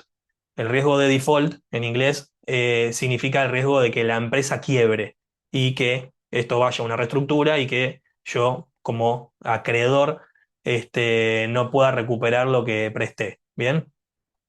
Bueno, cuando yo invierto en bonos se llaman instrumentos de renta fija porque lo que cobro como inversor son intereses. Por otro lado, tenemos, como les decía, las acciones. Cuando yo compro acciones, percibo lo que es una renta variable en concepto de dividendos. ¿Qué es el dividendo? El dividendo es lo que distribuye la empresa del resultado del ejercicio de cada año. Bien, los inversores, de todas formas, la mayoría de los inversores en el mercado financiero invierte en acciones de empresas, no, no pensando tanto en el... Un segundito, perdón.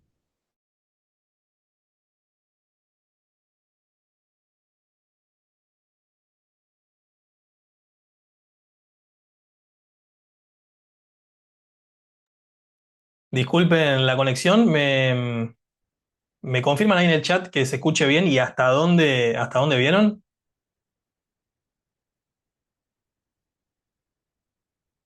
Se escucha bien ahora, perfecto, se ve bien, me dicen ahí en el chat, hasta hace 2 minutos, ahora sí, perfecto. Bueno, vuelvo por acá atrás, hacemos una síntesis de lo que estábamos diciendo. Cuando invertimos en bonos, lo que estamos haciendo es prestándole dinero principalmente a una empresa o a un país. Hay países más riesgosos que otros, de ahí es que tenemos el famoso riesgo país. El riesgo país justamente mide en puntos porcentuales, se le llama, lo que es el riesgo de la deuda que emite cada país. Cada país tiene un riesgo país distinto. No es lo mismo comprar bonos del gobierno de Brasil que de Uruguay, que de Argentina, que de Estados Unidos, que de Alemania o que de España. Cada país tiene su propio riesgo país y ese riesgo país es lo que afecta también en la tasa de interés que nosotros percibimos cuando compramos o adquirimos el bono de un país. Y también con las empresas. Obviamente no es el mismo riesgo que tiene prestarle a una empresa como Apple que prestarle a una empresa como Nvidia o que prestarle a una empresa como American Airlines, que hay bonos también de American Airlines o de Delta Airlines o de General Motors, etcétera. Cada empresa tiene su propio riesgo y obviamente también eso se refleja en la tasa de interés. Si yo quiero comprar bonos de empresas más riesgosas, me van a pagar un interés más alto. Esos son los que se llaman en inglés los bonos high yield o de alto rendimiento. Si yo quiero comprar bonos de empresas más conservadoras, puedo comprar un bono, por ejemplo, de General Electric o de Apple, que son empresas que se consideran con un riesgo bastante bajo y que el interés que me van a pagar sin dudas es menor. Bien, entonces, en lo que es el mundo bonos también a la hora de prestar dinero en una empresa, tengo distintos tipos de opciones, obviamente con distinto riesgo y con distinta rentabilidad. Y cuando pasamos a acciones, haciendo una síntesis, cuando nosotros pasamos a formar parte de la empresa, a participar con las ganancias de la empresa, obviamente crecemos con la empresa. Si nosotros compramos acciones de Meta o de Nvidia, o de Microsoft, si a la empresa le va bien, nuestras acciones valen más. Si a la empresa le va mal, nuestras acciones valen menos. Bien. Eh, Miren lo que les voy a mostrar ahora. Esperen que voy a pasar a esto. Voy a pasar a esta placa. Hablando de acciones. Imagínense que ustedes ahora quieren comenzar a invertir en acciones.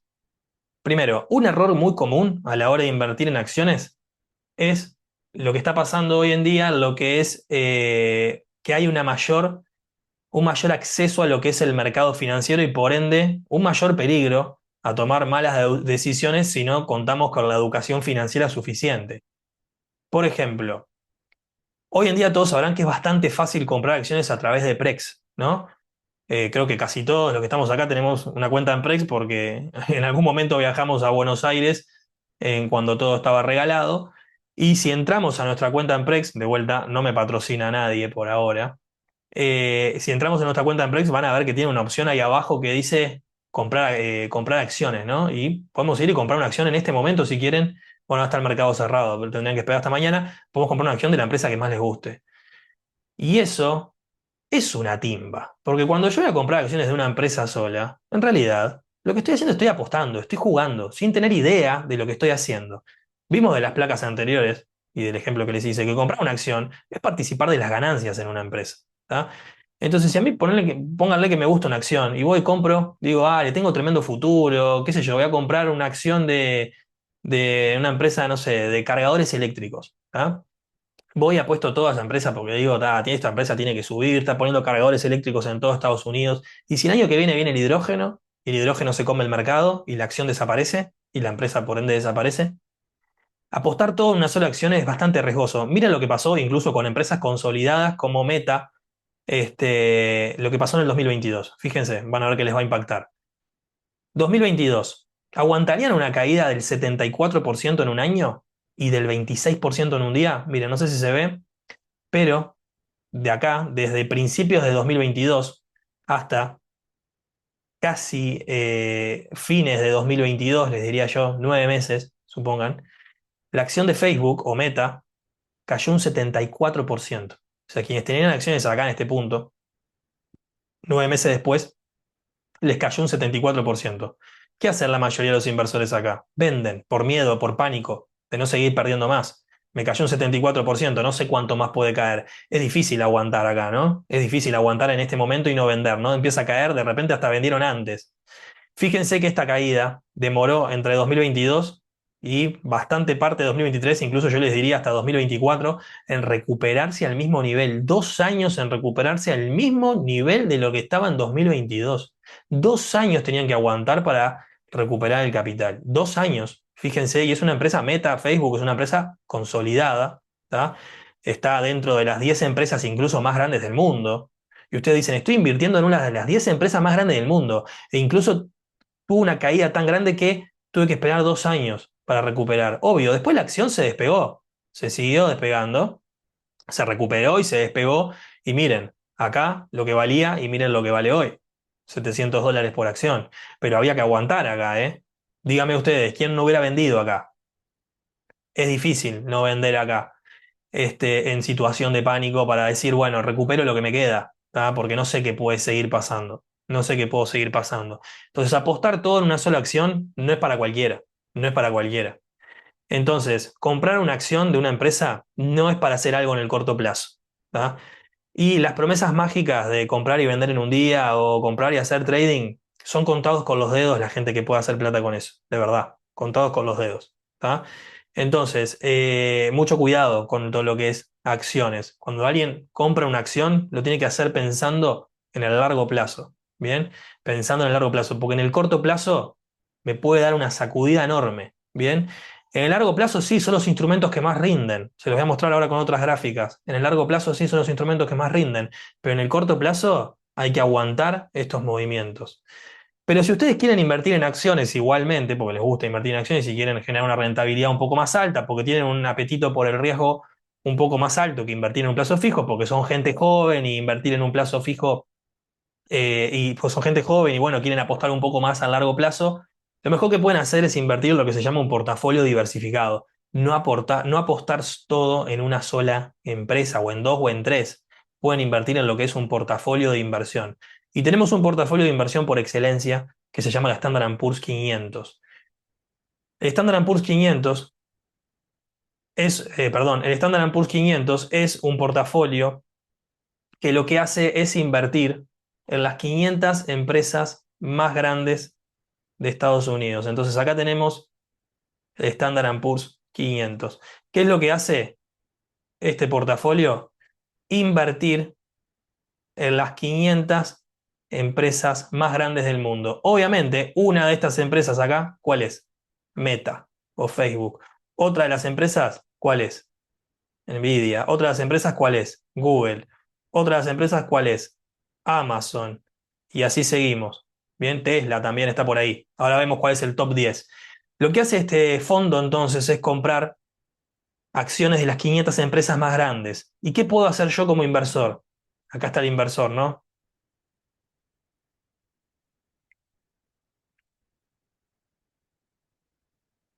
Disculpen mi pizarra, las diapositivas son un poquito más prolijas, ¿no? ¿Qué puedo hacer yo como inversor? Comprar lo que se llama una acción del fondo o una cuota parte del fondo. En vez de comprar acciones sueltas de las empresas, compro una acción del fondo. ¿Eso significa que yo tengo que gastar un montón de plata? Porque una acción sola de Facebook vale $700. Entonces, si acá adentro están las 500 empresas más grandes del mundo, de Estados Unidos, y del mundo, sí, porque si son las más grandes de Estados Unidos, son las más grandes del mundo, eh, entonces tengo que gastar un montón, tengo que gastar millones de dólares para comprar una acción de este fondo. No, porque lo que hacen ustedes es comprar una acción de este fondo que les va a ustedes a dar un pedacito de cada una de estas acciones. Bien, o sea que de forma indirecta, no de forma directa, de forma indirecta ustedes están participando en el retorno de las 500 empresas más grandes de Estados Unidos comprando una cuota parte de este fondo. Y miren, este fondo, por acá, comprar una acción de este fondo. No, perdón, lo tenemos por. Este es el índice, no vale eso, perdón. Mientras se carga, vamos a ver Meta. Comprar una acción de Meta hoy en día, el cierre de hoy cuesta $704.81. Hay que esperar mañana cuando abra para comprar una acción. 705 está en lo que se llama el After Hours, que es para los inversores que compran fuera de hora. O sea que nosotros con $705 podríamos comprar una acción de Meta o de Facebook. Y fíjense que comprar una acción de este fondo, Standard Poor's 500, se llama el código SPY en el mercado financiero, cuesta $628, incluso cuesta menos que comprar una acción de Meta. Quiere decir que con $620 ustedes compran una acción de este fondo y están invirtiendo de forma indirecta en las 500 empresas más grandes del mundo. Fíjense que por acá tenemos el top 10 de estas 500 empresas que representan el 36% del fondo, donde la que tiene el mayor capital accionario es en Nvidia, seguida de Microsoft, Apple. Estas son en orden, esto es en orden, el orden de lo que vale cada empresa hoy en día en el mundo. O sea que la empresa más grande del mundo, hoy en día la empresa más grande del mundo es Nvidia, seguido de Microsoft. En el tercer lugar está Apple. Entonces el ranking de las 10 empresas más grandes de Estados Unidos y por ende del mundo. Apple, Amazon, Meta, Broadcom, Alphabet, que esto es Google, después viene Berkshire, Tesla y Alphabet, que es nuevamente Google, que está dividido en dos acciones distintas. O sea que estas 10 empresas manejan el 36% de las empresas de las 500 más grandes. Bien, acá les muestra el top 10, pero son 500. O sea que ustedes compran con $620 una acción de este fondo y están participando las 500 empresas más grandes del mundo. Están invirtiendo en acciones. Ojo, hay riesgo también, porque no están dejando de invertir en acciones. Son acciones. Las acciones son instrumentos riesgosos. En el corto plazo tienen fluctuaciones, porque las empresas suben y bajan. El valor de las acciones sube y baja con las expectativas de los mercados, de las bolsas. Pero es un riesgo bastante más chico que el de exponerme a una acción sola. De hecho, van a ver esta placa bastante impactante, donde les muestro la comparativa, por acá. Esta placa es bastante impactante, donde les muestro la comparativa de qué hubiera pasado si ustedes hubieran invertido en Meta versus en el Standard Poor's 500 del 2020 a 2025. Fíjense que acá esta caída grande, lo verde es Meta y lo dorado es el Standard Poor's 500.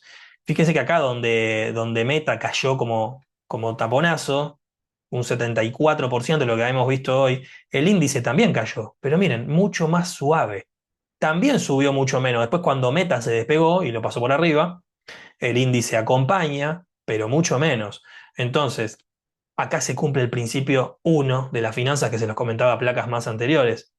Menor riesgo, menor retorno. Mayor riesgo, mayor retorno. Si ustedes quieren apostar todo en una empresa, miren, pueden perder un 74% y después despegarse. Si no tienen ganas de tener ese apetito por riesgo y ustedes son más conservadores, entonces lo más prudente es que si quieren invertir en acciones, compren un portafolio diversificado como lo es en Standard Poor's 500, ¿tá?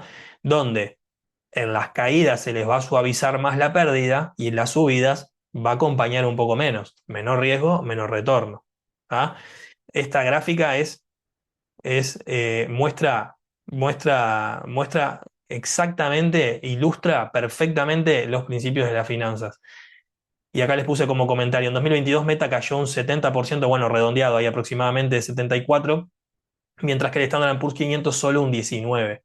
Obvio, después Meta se despegó, el Standard Poor's no se despegó tanto. Bueno, de vuelta, menor riesgo, menor retorno, mayor riesgo, mayor retorno. Quien de ustedes, quien es más arriesgado y que quiere apostar más y que no tiene tanto miedo de perder su capital, y bueno, pueden jugar diversas fichas a diversas acciones sueltas si quieren. Compren Meta, compren Nvidia por afuera, compren una empresa, no sé, como les decía, de cargadores eléctricos, si quieren apostar a una empresa de hidrógeno, si quieren comprar petróleo, oro, porque también puede comprar petróleo u oro, no de forma física solamente, sino también a través de instrumentos financieros que lo que hacen es replicar los movimientos de esos instrumentos, lo pueden hacer también, lo pueden hacer. Esos activos son derivados o commodities que también tienen su riesgo, ¿no? El oro tiene una fluctuación muy grande, el petróleo también. ¿Vieron cómo se ha movido el petróleo en los últimos tiempos con la guerra comercial? Quien estaba invertido en petróleo con el petróleo haciendo así, tenía el corazón en la garganta. Entonces, son activos riesgosos. El oro, el petróleo, son activos que fluctúan mucho, al igual que las acciones. Bien, sigamos un poquito. Acá les puse algo que es importante, que lo compartí hace poquito también en Instagram y que es una de las formas de ilustrar que más me gusta. Invertir es como construir un edificio. Hasta acá ya hemos visto básicamente todos los instrumentos en los que podemos invertir. Em, con sus distintos retornos, con sus distintos riesgos. Y ahora ustedes dicen, bueno, pero ¿qué hago? Compro una letra, hago un depósito a plazo fijo, compro una acción, compro un bono, pero ¿qué hago ahora? Pues llega a este punto, ok, entendí, todo lo que me dijiste lo entendí perfecto, pero ¿qué hago? Y ahí lo que tienen que hacer ustedes es, primero, pensar qué van a hacer con ese dinero. De repente ustedes tienen un ahorro que no tiene un destino claro, todo ese ahorro, esa bola que ustedes tienen, no tiene el mismo objetivo. porque muchas veces ese ahorro, de hecho, la mayoría de las veces lo que pasa es que ese ahorro no se destina a lo mismo. Entonces hay parte de ese ahorro que de repente ustedes lo podrían precisar en el corto plazo para cualquier imprevisto, y ahí está el fondo de emergencia. Hay parte de ese ahorro que ustedes dicen, bueno, imagínense que ustedes tienen, vamos a redondear, $10.000, ¿no? Ustedes dicen, bueno, $2.000 lo necesito tener en el fondo de emergencia, ¿tá? Porque si me tengo algún imprevisto, se me rompe la tele, se me rompe la heladera o qué sé yo, tengo algún problema laboral y tengo que seguir pagando el alquiler, bueno, yo necesito contar con ese fondo de emergencia para cubrir esos imprevistos y no tener que andar vendiendo acciones o vendiendo bonos para cubrir esos problemas, ¿no? Porque cuando pasa eso es que hicimos mal nuestra planificación. Entonces digo, bueno, de esos 10 digo, bueno, 2.000 vamos a ponernos acá en liquidez. Y esos son los cimientos del edificio. ¿Ah? Tenerlo en caja, tenerlo en lo que es un money market, se le llama un fondo de inversión muy líquido. Muy líquido. En Uruguay no se usa tanto, pero acá supongan que pueden ser plazos fijos a un mes, renovables a un mes, 2 meses, porque esto es plata que tienen que tener disponible de forma inmediata. Acá los cimientos no pueden hacer un plazo fijo un año, porque es plata que pueden necesitar la semana que viene o el mes que viene. Entonces, preferentemente plazos fijos o caja de ahorro en UI, en dólares, preferentemente en UI o en dólares. Ahí en pesos no, porque si la van renovando todo el tiempo van perdiendo poder de compra. Eh, Caja, entonces, o plazo fijo en pesos, dólares o unidades indexadas, pero plazo fijo corto, que esté disponible rápido por cualquier cosa. Después ustedes dicen, bueno, hay parte de esa plata que yo de acá a un año, ponele, no la voy a tocar, porque capaz que el año que viene me voy de viaje o quiero cambiar el auto y tengo que poner algunos pesitos más. Entonces, esa parte, supongo que son, no sé, $2.000 más, para redondear. Digo, es un ejemplo ilustrativo, ¿no? Digo, bueno, está, lo capaz que lo necesito dentro de un año, vamos a ponerlo en algo bastante conservador, como es un plazo fijo más largo, a un año, por ejemplo, no a un mes o 2 meses, sino a un año, y ahí el plazo fijo en la moneda en la que ustedes planifiquen ese gasto, pesos, dólares, unidades indexadas. Puedo comprar alguna letra o alguna nota en unidades indexadas que venza también dentro de un año. No busquen plazos largos acá. Y digo, bueno, hay otra porcioncita más que yo no voy a tocar de acá a 3 años, ahí busco un poquito más de retorno, con mayor riesgo puedo comprar algún bono de alguna empresa, corporativo, soberano, es decir, de algún país, en dólares ahí preferentemente, sí. Y sigo escalando y digo, bueno, esta porcioncita empiezo a jugar un poquito más con el retorno hacia futuro. Yo de acá a 5 años, de acá entre 5 a 10 años no la pienso tocar. Entonces digo, bueno, esa plata hay que hacerla rendir un poquito más. Con un plazo fijo la estamos desperdiciando. Con bonos también la estamos desperdiciando. Entonces, ese dinero que de repente no tiene un objetivo claro de acá a 5 años, esa porción de nuestros ahorros que no tiene un objetivo claro de acá a 5 años, y bueno, pongámosla en algo que nos dé un poquito más de rentabilidad, con mayor riesgo, obviamente, pero cuanto mayor es el plazo, más es el tiempo que yo le doy de recuperación. Fíjense acá, Meta. Si ustedes acá, ¿hubiera sido algo malo haber comprado acciones de Meta? No, no era algo malo tampoco. Porque si ustedes ubicaban a Meta dentro de lo que es el tercer piso, dentro de lo que es el tercer piso, tenían tolerancia por aguantar 2 años acá. No tenían problema. No tenían problema de aguantar 2 años acá. Porque ¿cuál es el problema? Se les cayó 70%, pero después a los 2 años se recuperó. Cuanto mayor es el plazo, mayor es el tiempo que yo le doy al activo para recuperarse ante una caída. Entonces, haber comprado acciones de Meta no era algo tan malo tampoco si yo lo ubicaba dentro del tercer piso. O sea, no hay inversiones malas o buenas. ¿Tá? Hay inversiones que se adecúan mejor o peor a lo que es un objetivo. Lo importante o lo más importante en lo que es inversiones, que yo siempre lo destaco, es el plazo, es ubicar el activo en el plazo correcto. ¿Tá? Una acción de Meta no es algo tan malo. ¿Tá? Obviamente, yo siempre les voy a decir que es preferible comprar un portafolio diversificado, porque también está el riesgo de que Meta hubiera seguido cayendo y no se recuperara nunca más. Entonces, exponerse a una acción sola, a mí no, a mí o a mí no es la parte de las finanzas que a mí me gusta.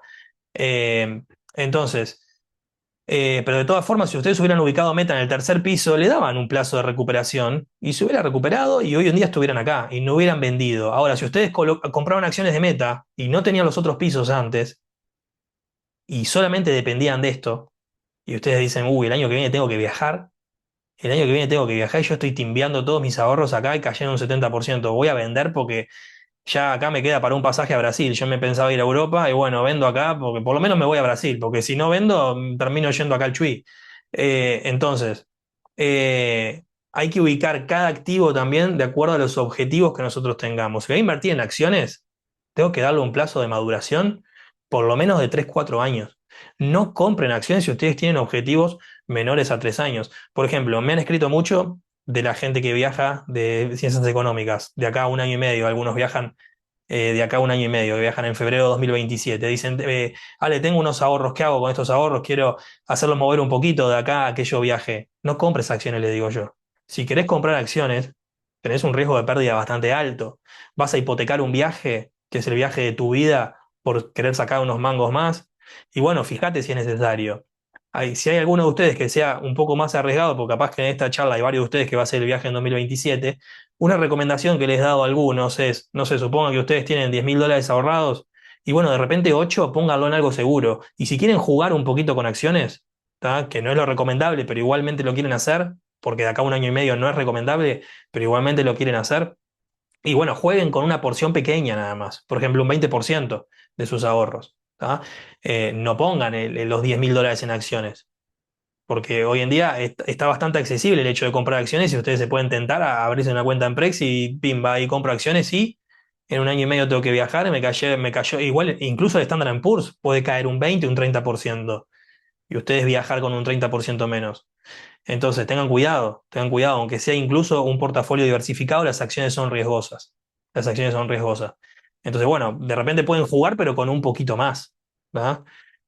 Pueden invertir en acciones, pero perdón, con una porción más chiquita de todos sus ahorros. No expongan más de un 15%, un 20% máximo de acá a un año y medio en acciones. Eh, bueno, seguimos hablando de los pisos entonces. A medida que van subiendo entonces en plazo y dicen de repente hay parte de este dinero que dicen no lo voy a tocar, no tengo un plazo establecido, digo yo lo quiero dejar esto para, no sé, jubilarme con un mejor pasar, bueno, ahí sí amerita comprar más acciones porque las acciones son las que tuvieron mejores retornos históricamente. Miren lo que les voy a mostrar, pero esto es peligroso. Ahora sigamos un poquito más hacia atrás. Fíjense esta gráfica, esta es una de las gráficas que más me gusta mostrar. Les explico qué es cada componente. Esta es la evolución de los mercados financieros en Estados Unidos desde el año 26 al año 2024. Casi 100 años de historia, 98 años de historia, ¿no? 98 años de historia de los mercados financieros de Estados Unidos. Vaya que tenemos información acá. Fíjense que algo que compraban, esto que está sombreado en gris, es la inflación acumulada. Fíjense que algo que compraban, algo que les costaba $1 en el año 26 a sus abuelos o bisabuelos, algo que les costaba $1 en el año 26, hoy en día les cuesta $18. El mismo bien o servicio, supongan que acá, para simplificar, era un paquete de arroz.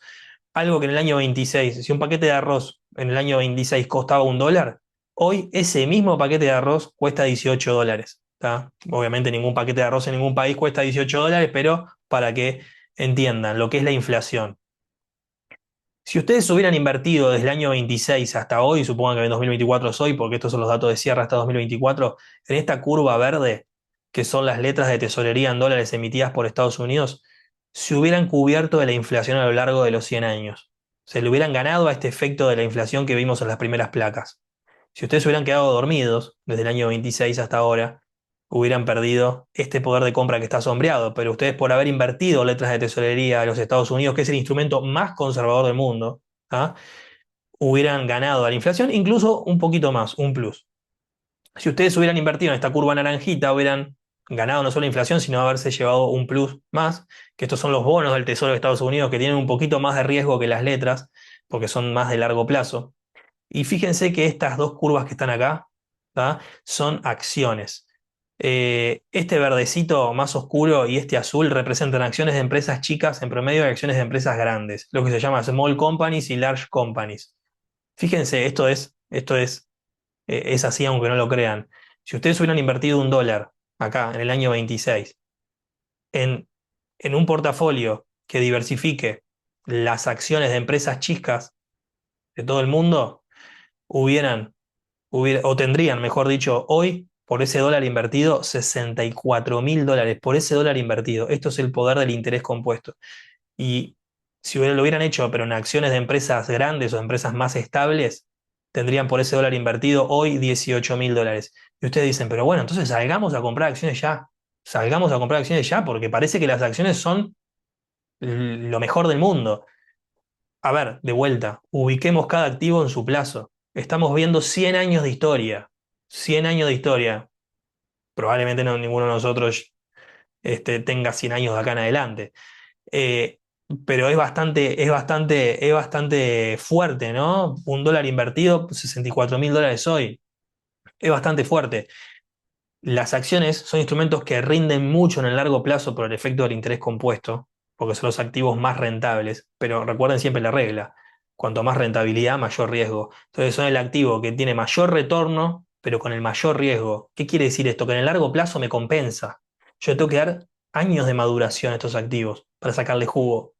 En el corto plazo me puedo dar vuelta como una media. ¿Tá? Fíjense lo que pasó con Facebook, fíjense lo que pasó con otras acciones. Bien, 2 años en recuperarse al mismo nivel que el nivel anterior, que el nivel previo.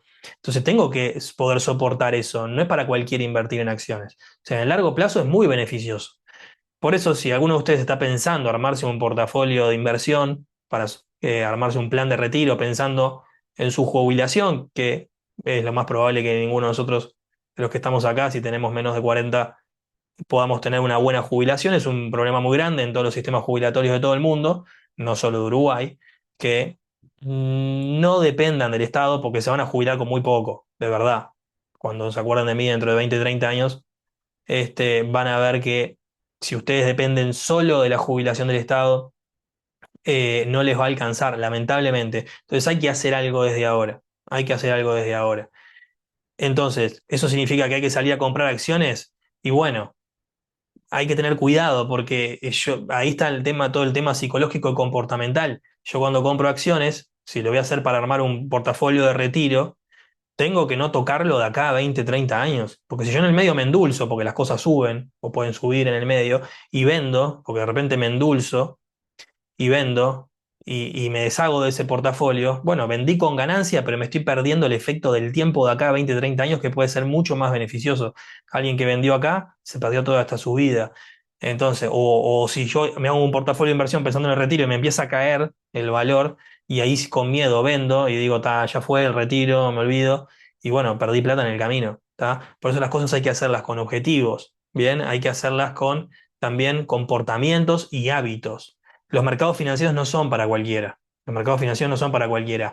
Hay que tener hábitos y hay que tener comportamiento, porque juegan mucho las emociones en los mercados financieros. Bien, hay gente que prefiere invertir en ladrillos. Y está bien, las propiedades se revalorizan un promedio de un 3% anual. ¿Tá? No está mal invertir en ladrillos. No está, de hecho, hay un montón de gente que en lo que es su psicología le ayuda, le ordena y le sirve pagar una cuota, por ejemplo, de un apartamento en Pozo. ¿Tá? De acá a 20 30 años hay un montón de constructoras que te ofrecen un edificio, pones tanto hoy, compras en Pozo y lo seguís pagando por 20 30 años. ¿Es la mejor inversión del mundo? Y no existe la mejor inversión del mundo. La mejor inversión del mundo es la que mejor se adapta a tu comportamiento y a tu estilo y a tu forma de ser. Porque lo peor que vos podés hacer es invertir en algo en lo que desconoces y en lo que no podés aguantar. ¿Tá? Y en lo que no te ordena y por otro lado te desordena y te genera emociones negativas. ¿Tá? Los mercados financieros no son para cualquiera, no es para que salgan corriendo, es simplemente para que entiendan los riesgos, ¿tá? Y los retornos a los que se van a poder exponer. Miren esta placa. En promedio, los últimos 100 años de historia, la inflación, como le decía en Estados Unidos, fue un 3% en promedio anual. Las letras del Tesoro de Estados Unidos rindieron un poquito más, superando a la inflación y dejándonos un plus incluso. Los bonos, acá les puse los bonos corporativos. Los bonos de las empresas en promedio tuvieron una rentabilidad del 5% anual, ¿no? Esto es un promedio anual. Las acciones de empresas grandes del 10,4% y las acciones de empresas chicas en promedio anual del casi 12%. Fíjense lo que les puse acá. Esto se llama la desviación estándar, de repente no todo el mundo conoce. La desviación estándar es una probabilidad, se los explico, a ver, en un lenguaje para que todo el mundo conozca, que no sepa de esta medida financiera. La desviación estándar es una medida estadística que lo que me da es una probabilidad de que el valor esperado, que en este caso son estas rentabilidades, eh, sea o esté, vamos a pasarlo acá, miren. Esperen por qué. Vamos a hacer así. 10,4, vamos a poner 11,80 y 31%. Si yo invierto en acciones de empresas chicas, esperen que se me desconectó esto. Un segundo. Si yo invierto en acciones de empresas chicas, el retorno anual que yo puedo esperar por esto, supongamos, vamos a redondear, es de un 12%. Esta es la rentabilidad o retorno esperado que yo espero anual. ¿Tá? A ver, esto no significa que si yo invierto en acciones todos los años voy a ganar un 12%. No, no voy a ganar todos los años un 12%. Hay un 31% de desviación estándar y esto es bastante alto. ¿Esto qué significa? Que yo todos los años voy a ganar en promedio un 12% más menos 31%. Más menos 31%. Y fíjense qué significa esto. Si yo hago 12 más 31, 0,12 más, perdón, 0,12 no, 12 más 31, es fácil la cuenta, pero hagámosla acá en vivo, da 43%. Y si yo hago 12 menos 31 para el otro lado, para la izquierda, eso me da menos 19%. ¿Esto qué quiere decir? Esto es una medida estadística que se usa para proyectar los retornos de los activos. Esto quiere decir que esto es una medida que ya viene dada, ¿tá? Esto en este curso no lo puedo explicar. Hay 2/3 de probabilidad, o pasándolo a porcentaje, que da 67% redondeando.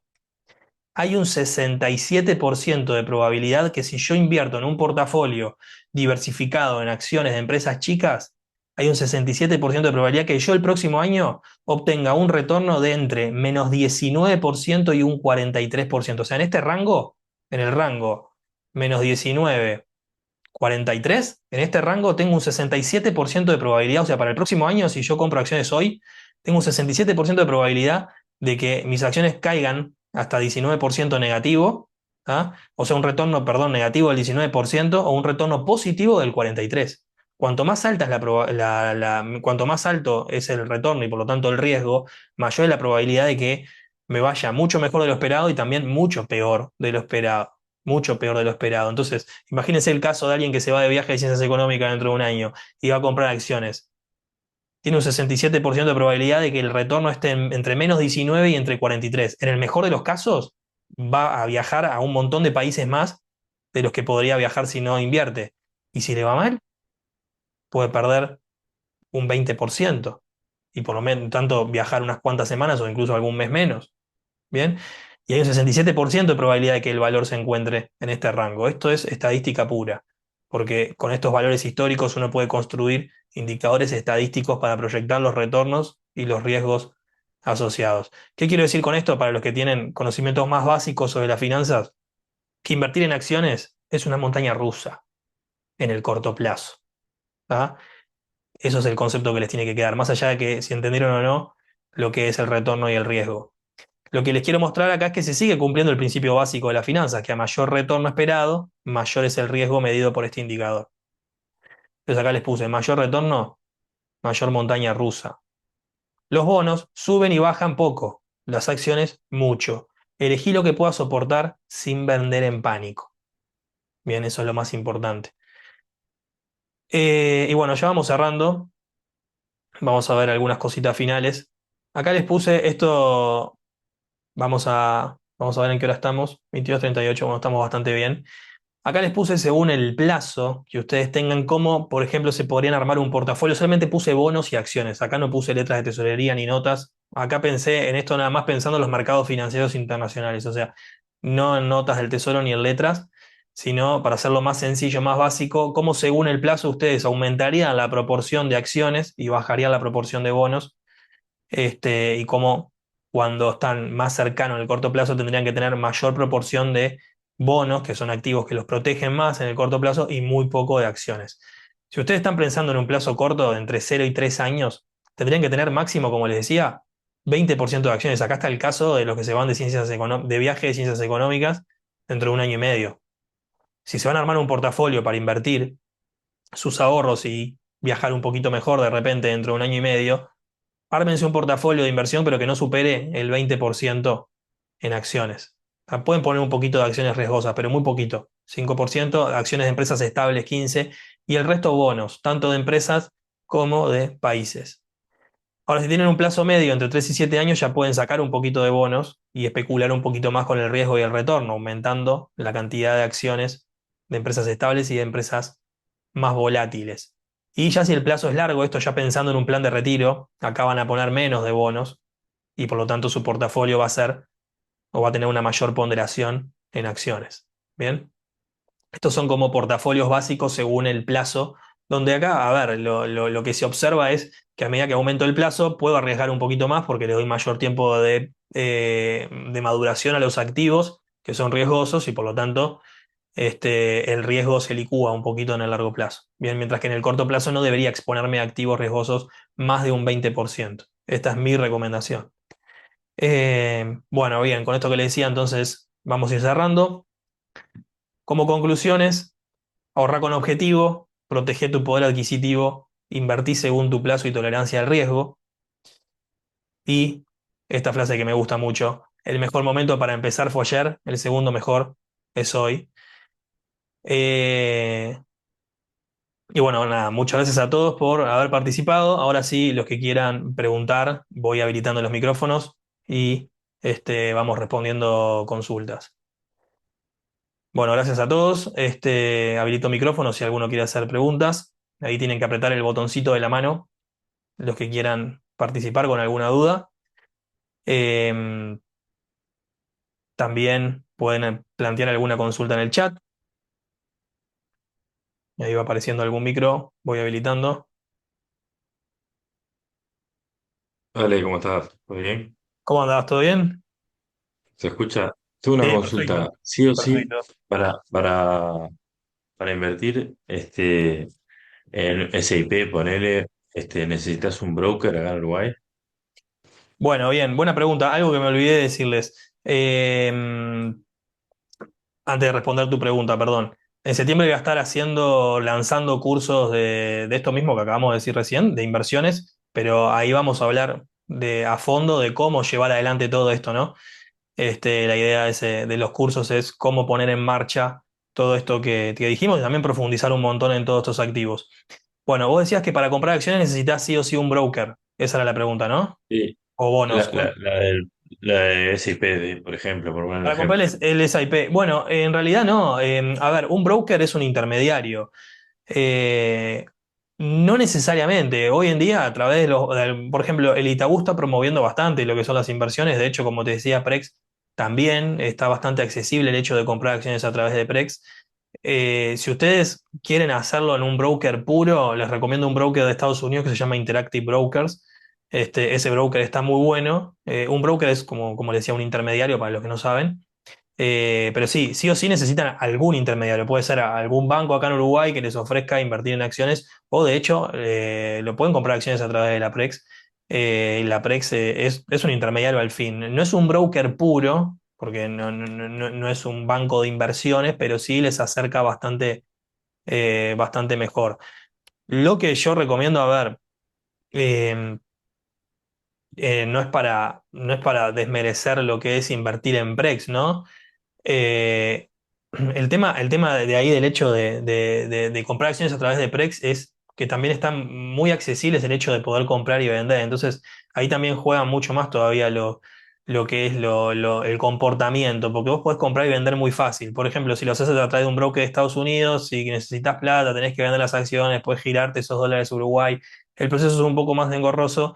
Entonces, en lo que es términos comportamentales, creo que está bueno no tener tan a disposición el hecho de poder deshacerte de tus activos tan rápidamente que ante una caída puedes tener miedo y vender rápido. Este, pero sí, a ver, lo puedes hacer. Hay corredores de bolsa. Acá está, por ejemplo, está Polier, el corredor de bolsa Polier, que es bastante sencillo para comprar acciones y tiene, tiene un programa bastante fácil para comprar acciones. O sea, está bueno dentro de los que están en Uruguay, está bueno, es mucho más profesional, obviamente, como le decía, que hacerlo a través de lo que es, que ni siquiera Prex es un banco, es una tarjeta, ¿no? Entonces yo siempre esas cosas se las recomiendo hacerlas a través de algún intermediario financiero este, más formal, por decirlo de alguna forma. No sé si ahí respondí la Ah, consulta. perfecto. No, quedó clarísimo. Está perfecto, perfecto. Gracias. No, de nada. Eh, bueno. Pregunten en el chat, ¿recomendás Gretil como broker para comenzar un portafolio? Las comisiones compra-venta son altas, es mejor armar, ahí estoy leyendo algunas cosas en el chat, eh, es mejor armar una de o seguir esperando y abrir Interactive Broker. ¿Cómo ves las comisiones para enviar? Bueno, si lo que van a hacer es comprar acciones, hacerlo a través de un corredor de bolsa en Uruguay, pero envío a sacar acá. Si lo que van a hacer es comprar acciones, hacerlo a través de un corredor de bolsa en Uruguay no es lo mejor, porque los corredores de bolsa en Uruguay no están, no, o por lo menos hasta ahora, no están del todo afinados para el proceso de compra y venta de acciones porque suelen manejar montos patrimoniales un poco más altos.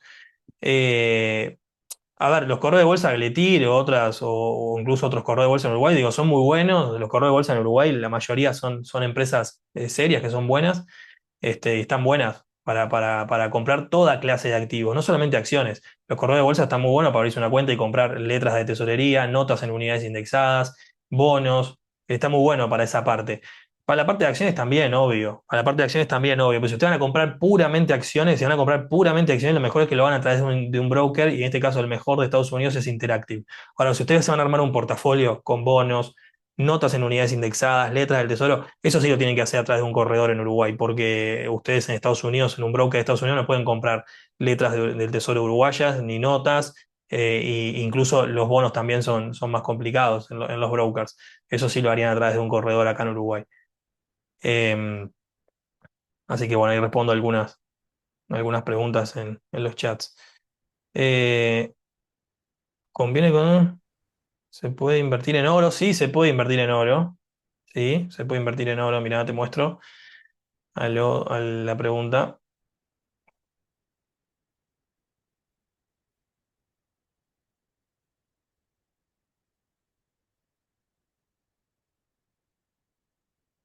LD es el símbolo.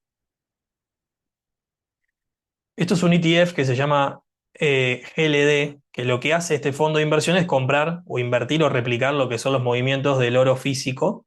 ¿Ah? Y ustedes pueden invertir en oro sin comprar oro físico, comprando este instrumento financiero que lo que hace es replicar el oro. También pueden invertir en petróleo, como les decía, ¿tá? O en otros commodities, a través de índices financieros que lo que hacen es replicar ese movimiento. También pueden invertir en bitcoins sin comprar bitcoins. Miren, también les muestro.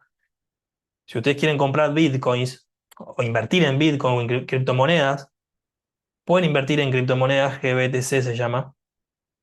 Es un índice también que lo que hace es replicar el movimiento de el Bitcoin en este caso particularmente. Hay otros índices u otros portafolios que replican otros movimientos. ¿Tá? Eh, Así que sí, pueden invertir incluso en Bitcoins sí, sin comprar Bitcoins. Bien, que es comprando el índice que lo que hace es replicar los movimientos del Bitcoin. Replica los mismos movimientos prácticamente. Acá toda esta suba que hubo desde abril hasta ahora, Bitcoin también la refleja el índice. Y no es necesario comprar bitcoins directamente. Bueno, eh, Ale, ¿cómo sí, estás? ¿cómo va? ¿Todo bien? Todo bien. Ale, Me la alegro. consulta más que nada mía es por el tema del curso, a qué se va a dedicar, cuál es el objetivo, tiempo, si va Bien, a ser, lo hablado recién, lo hablado en la charla de hoy, pero un poco más profundo, etcétera, etcétera. bien. Bien, gracias por la pregunta.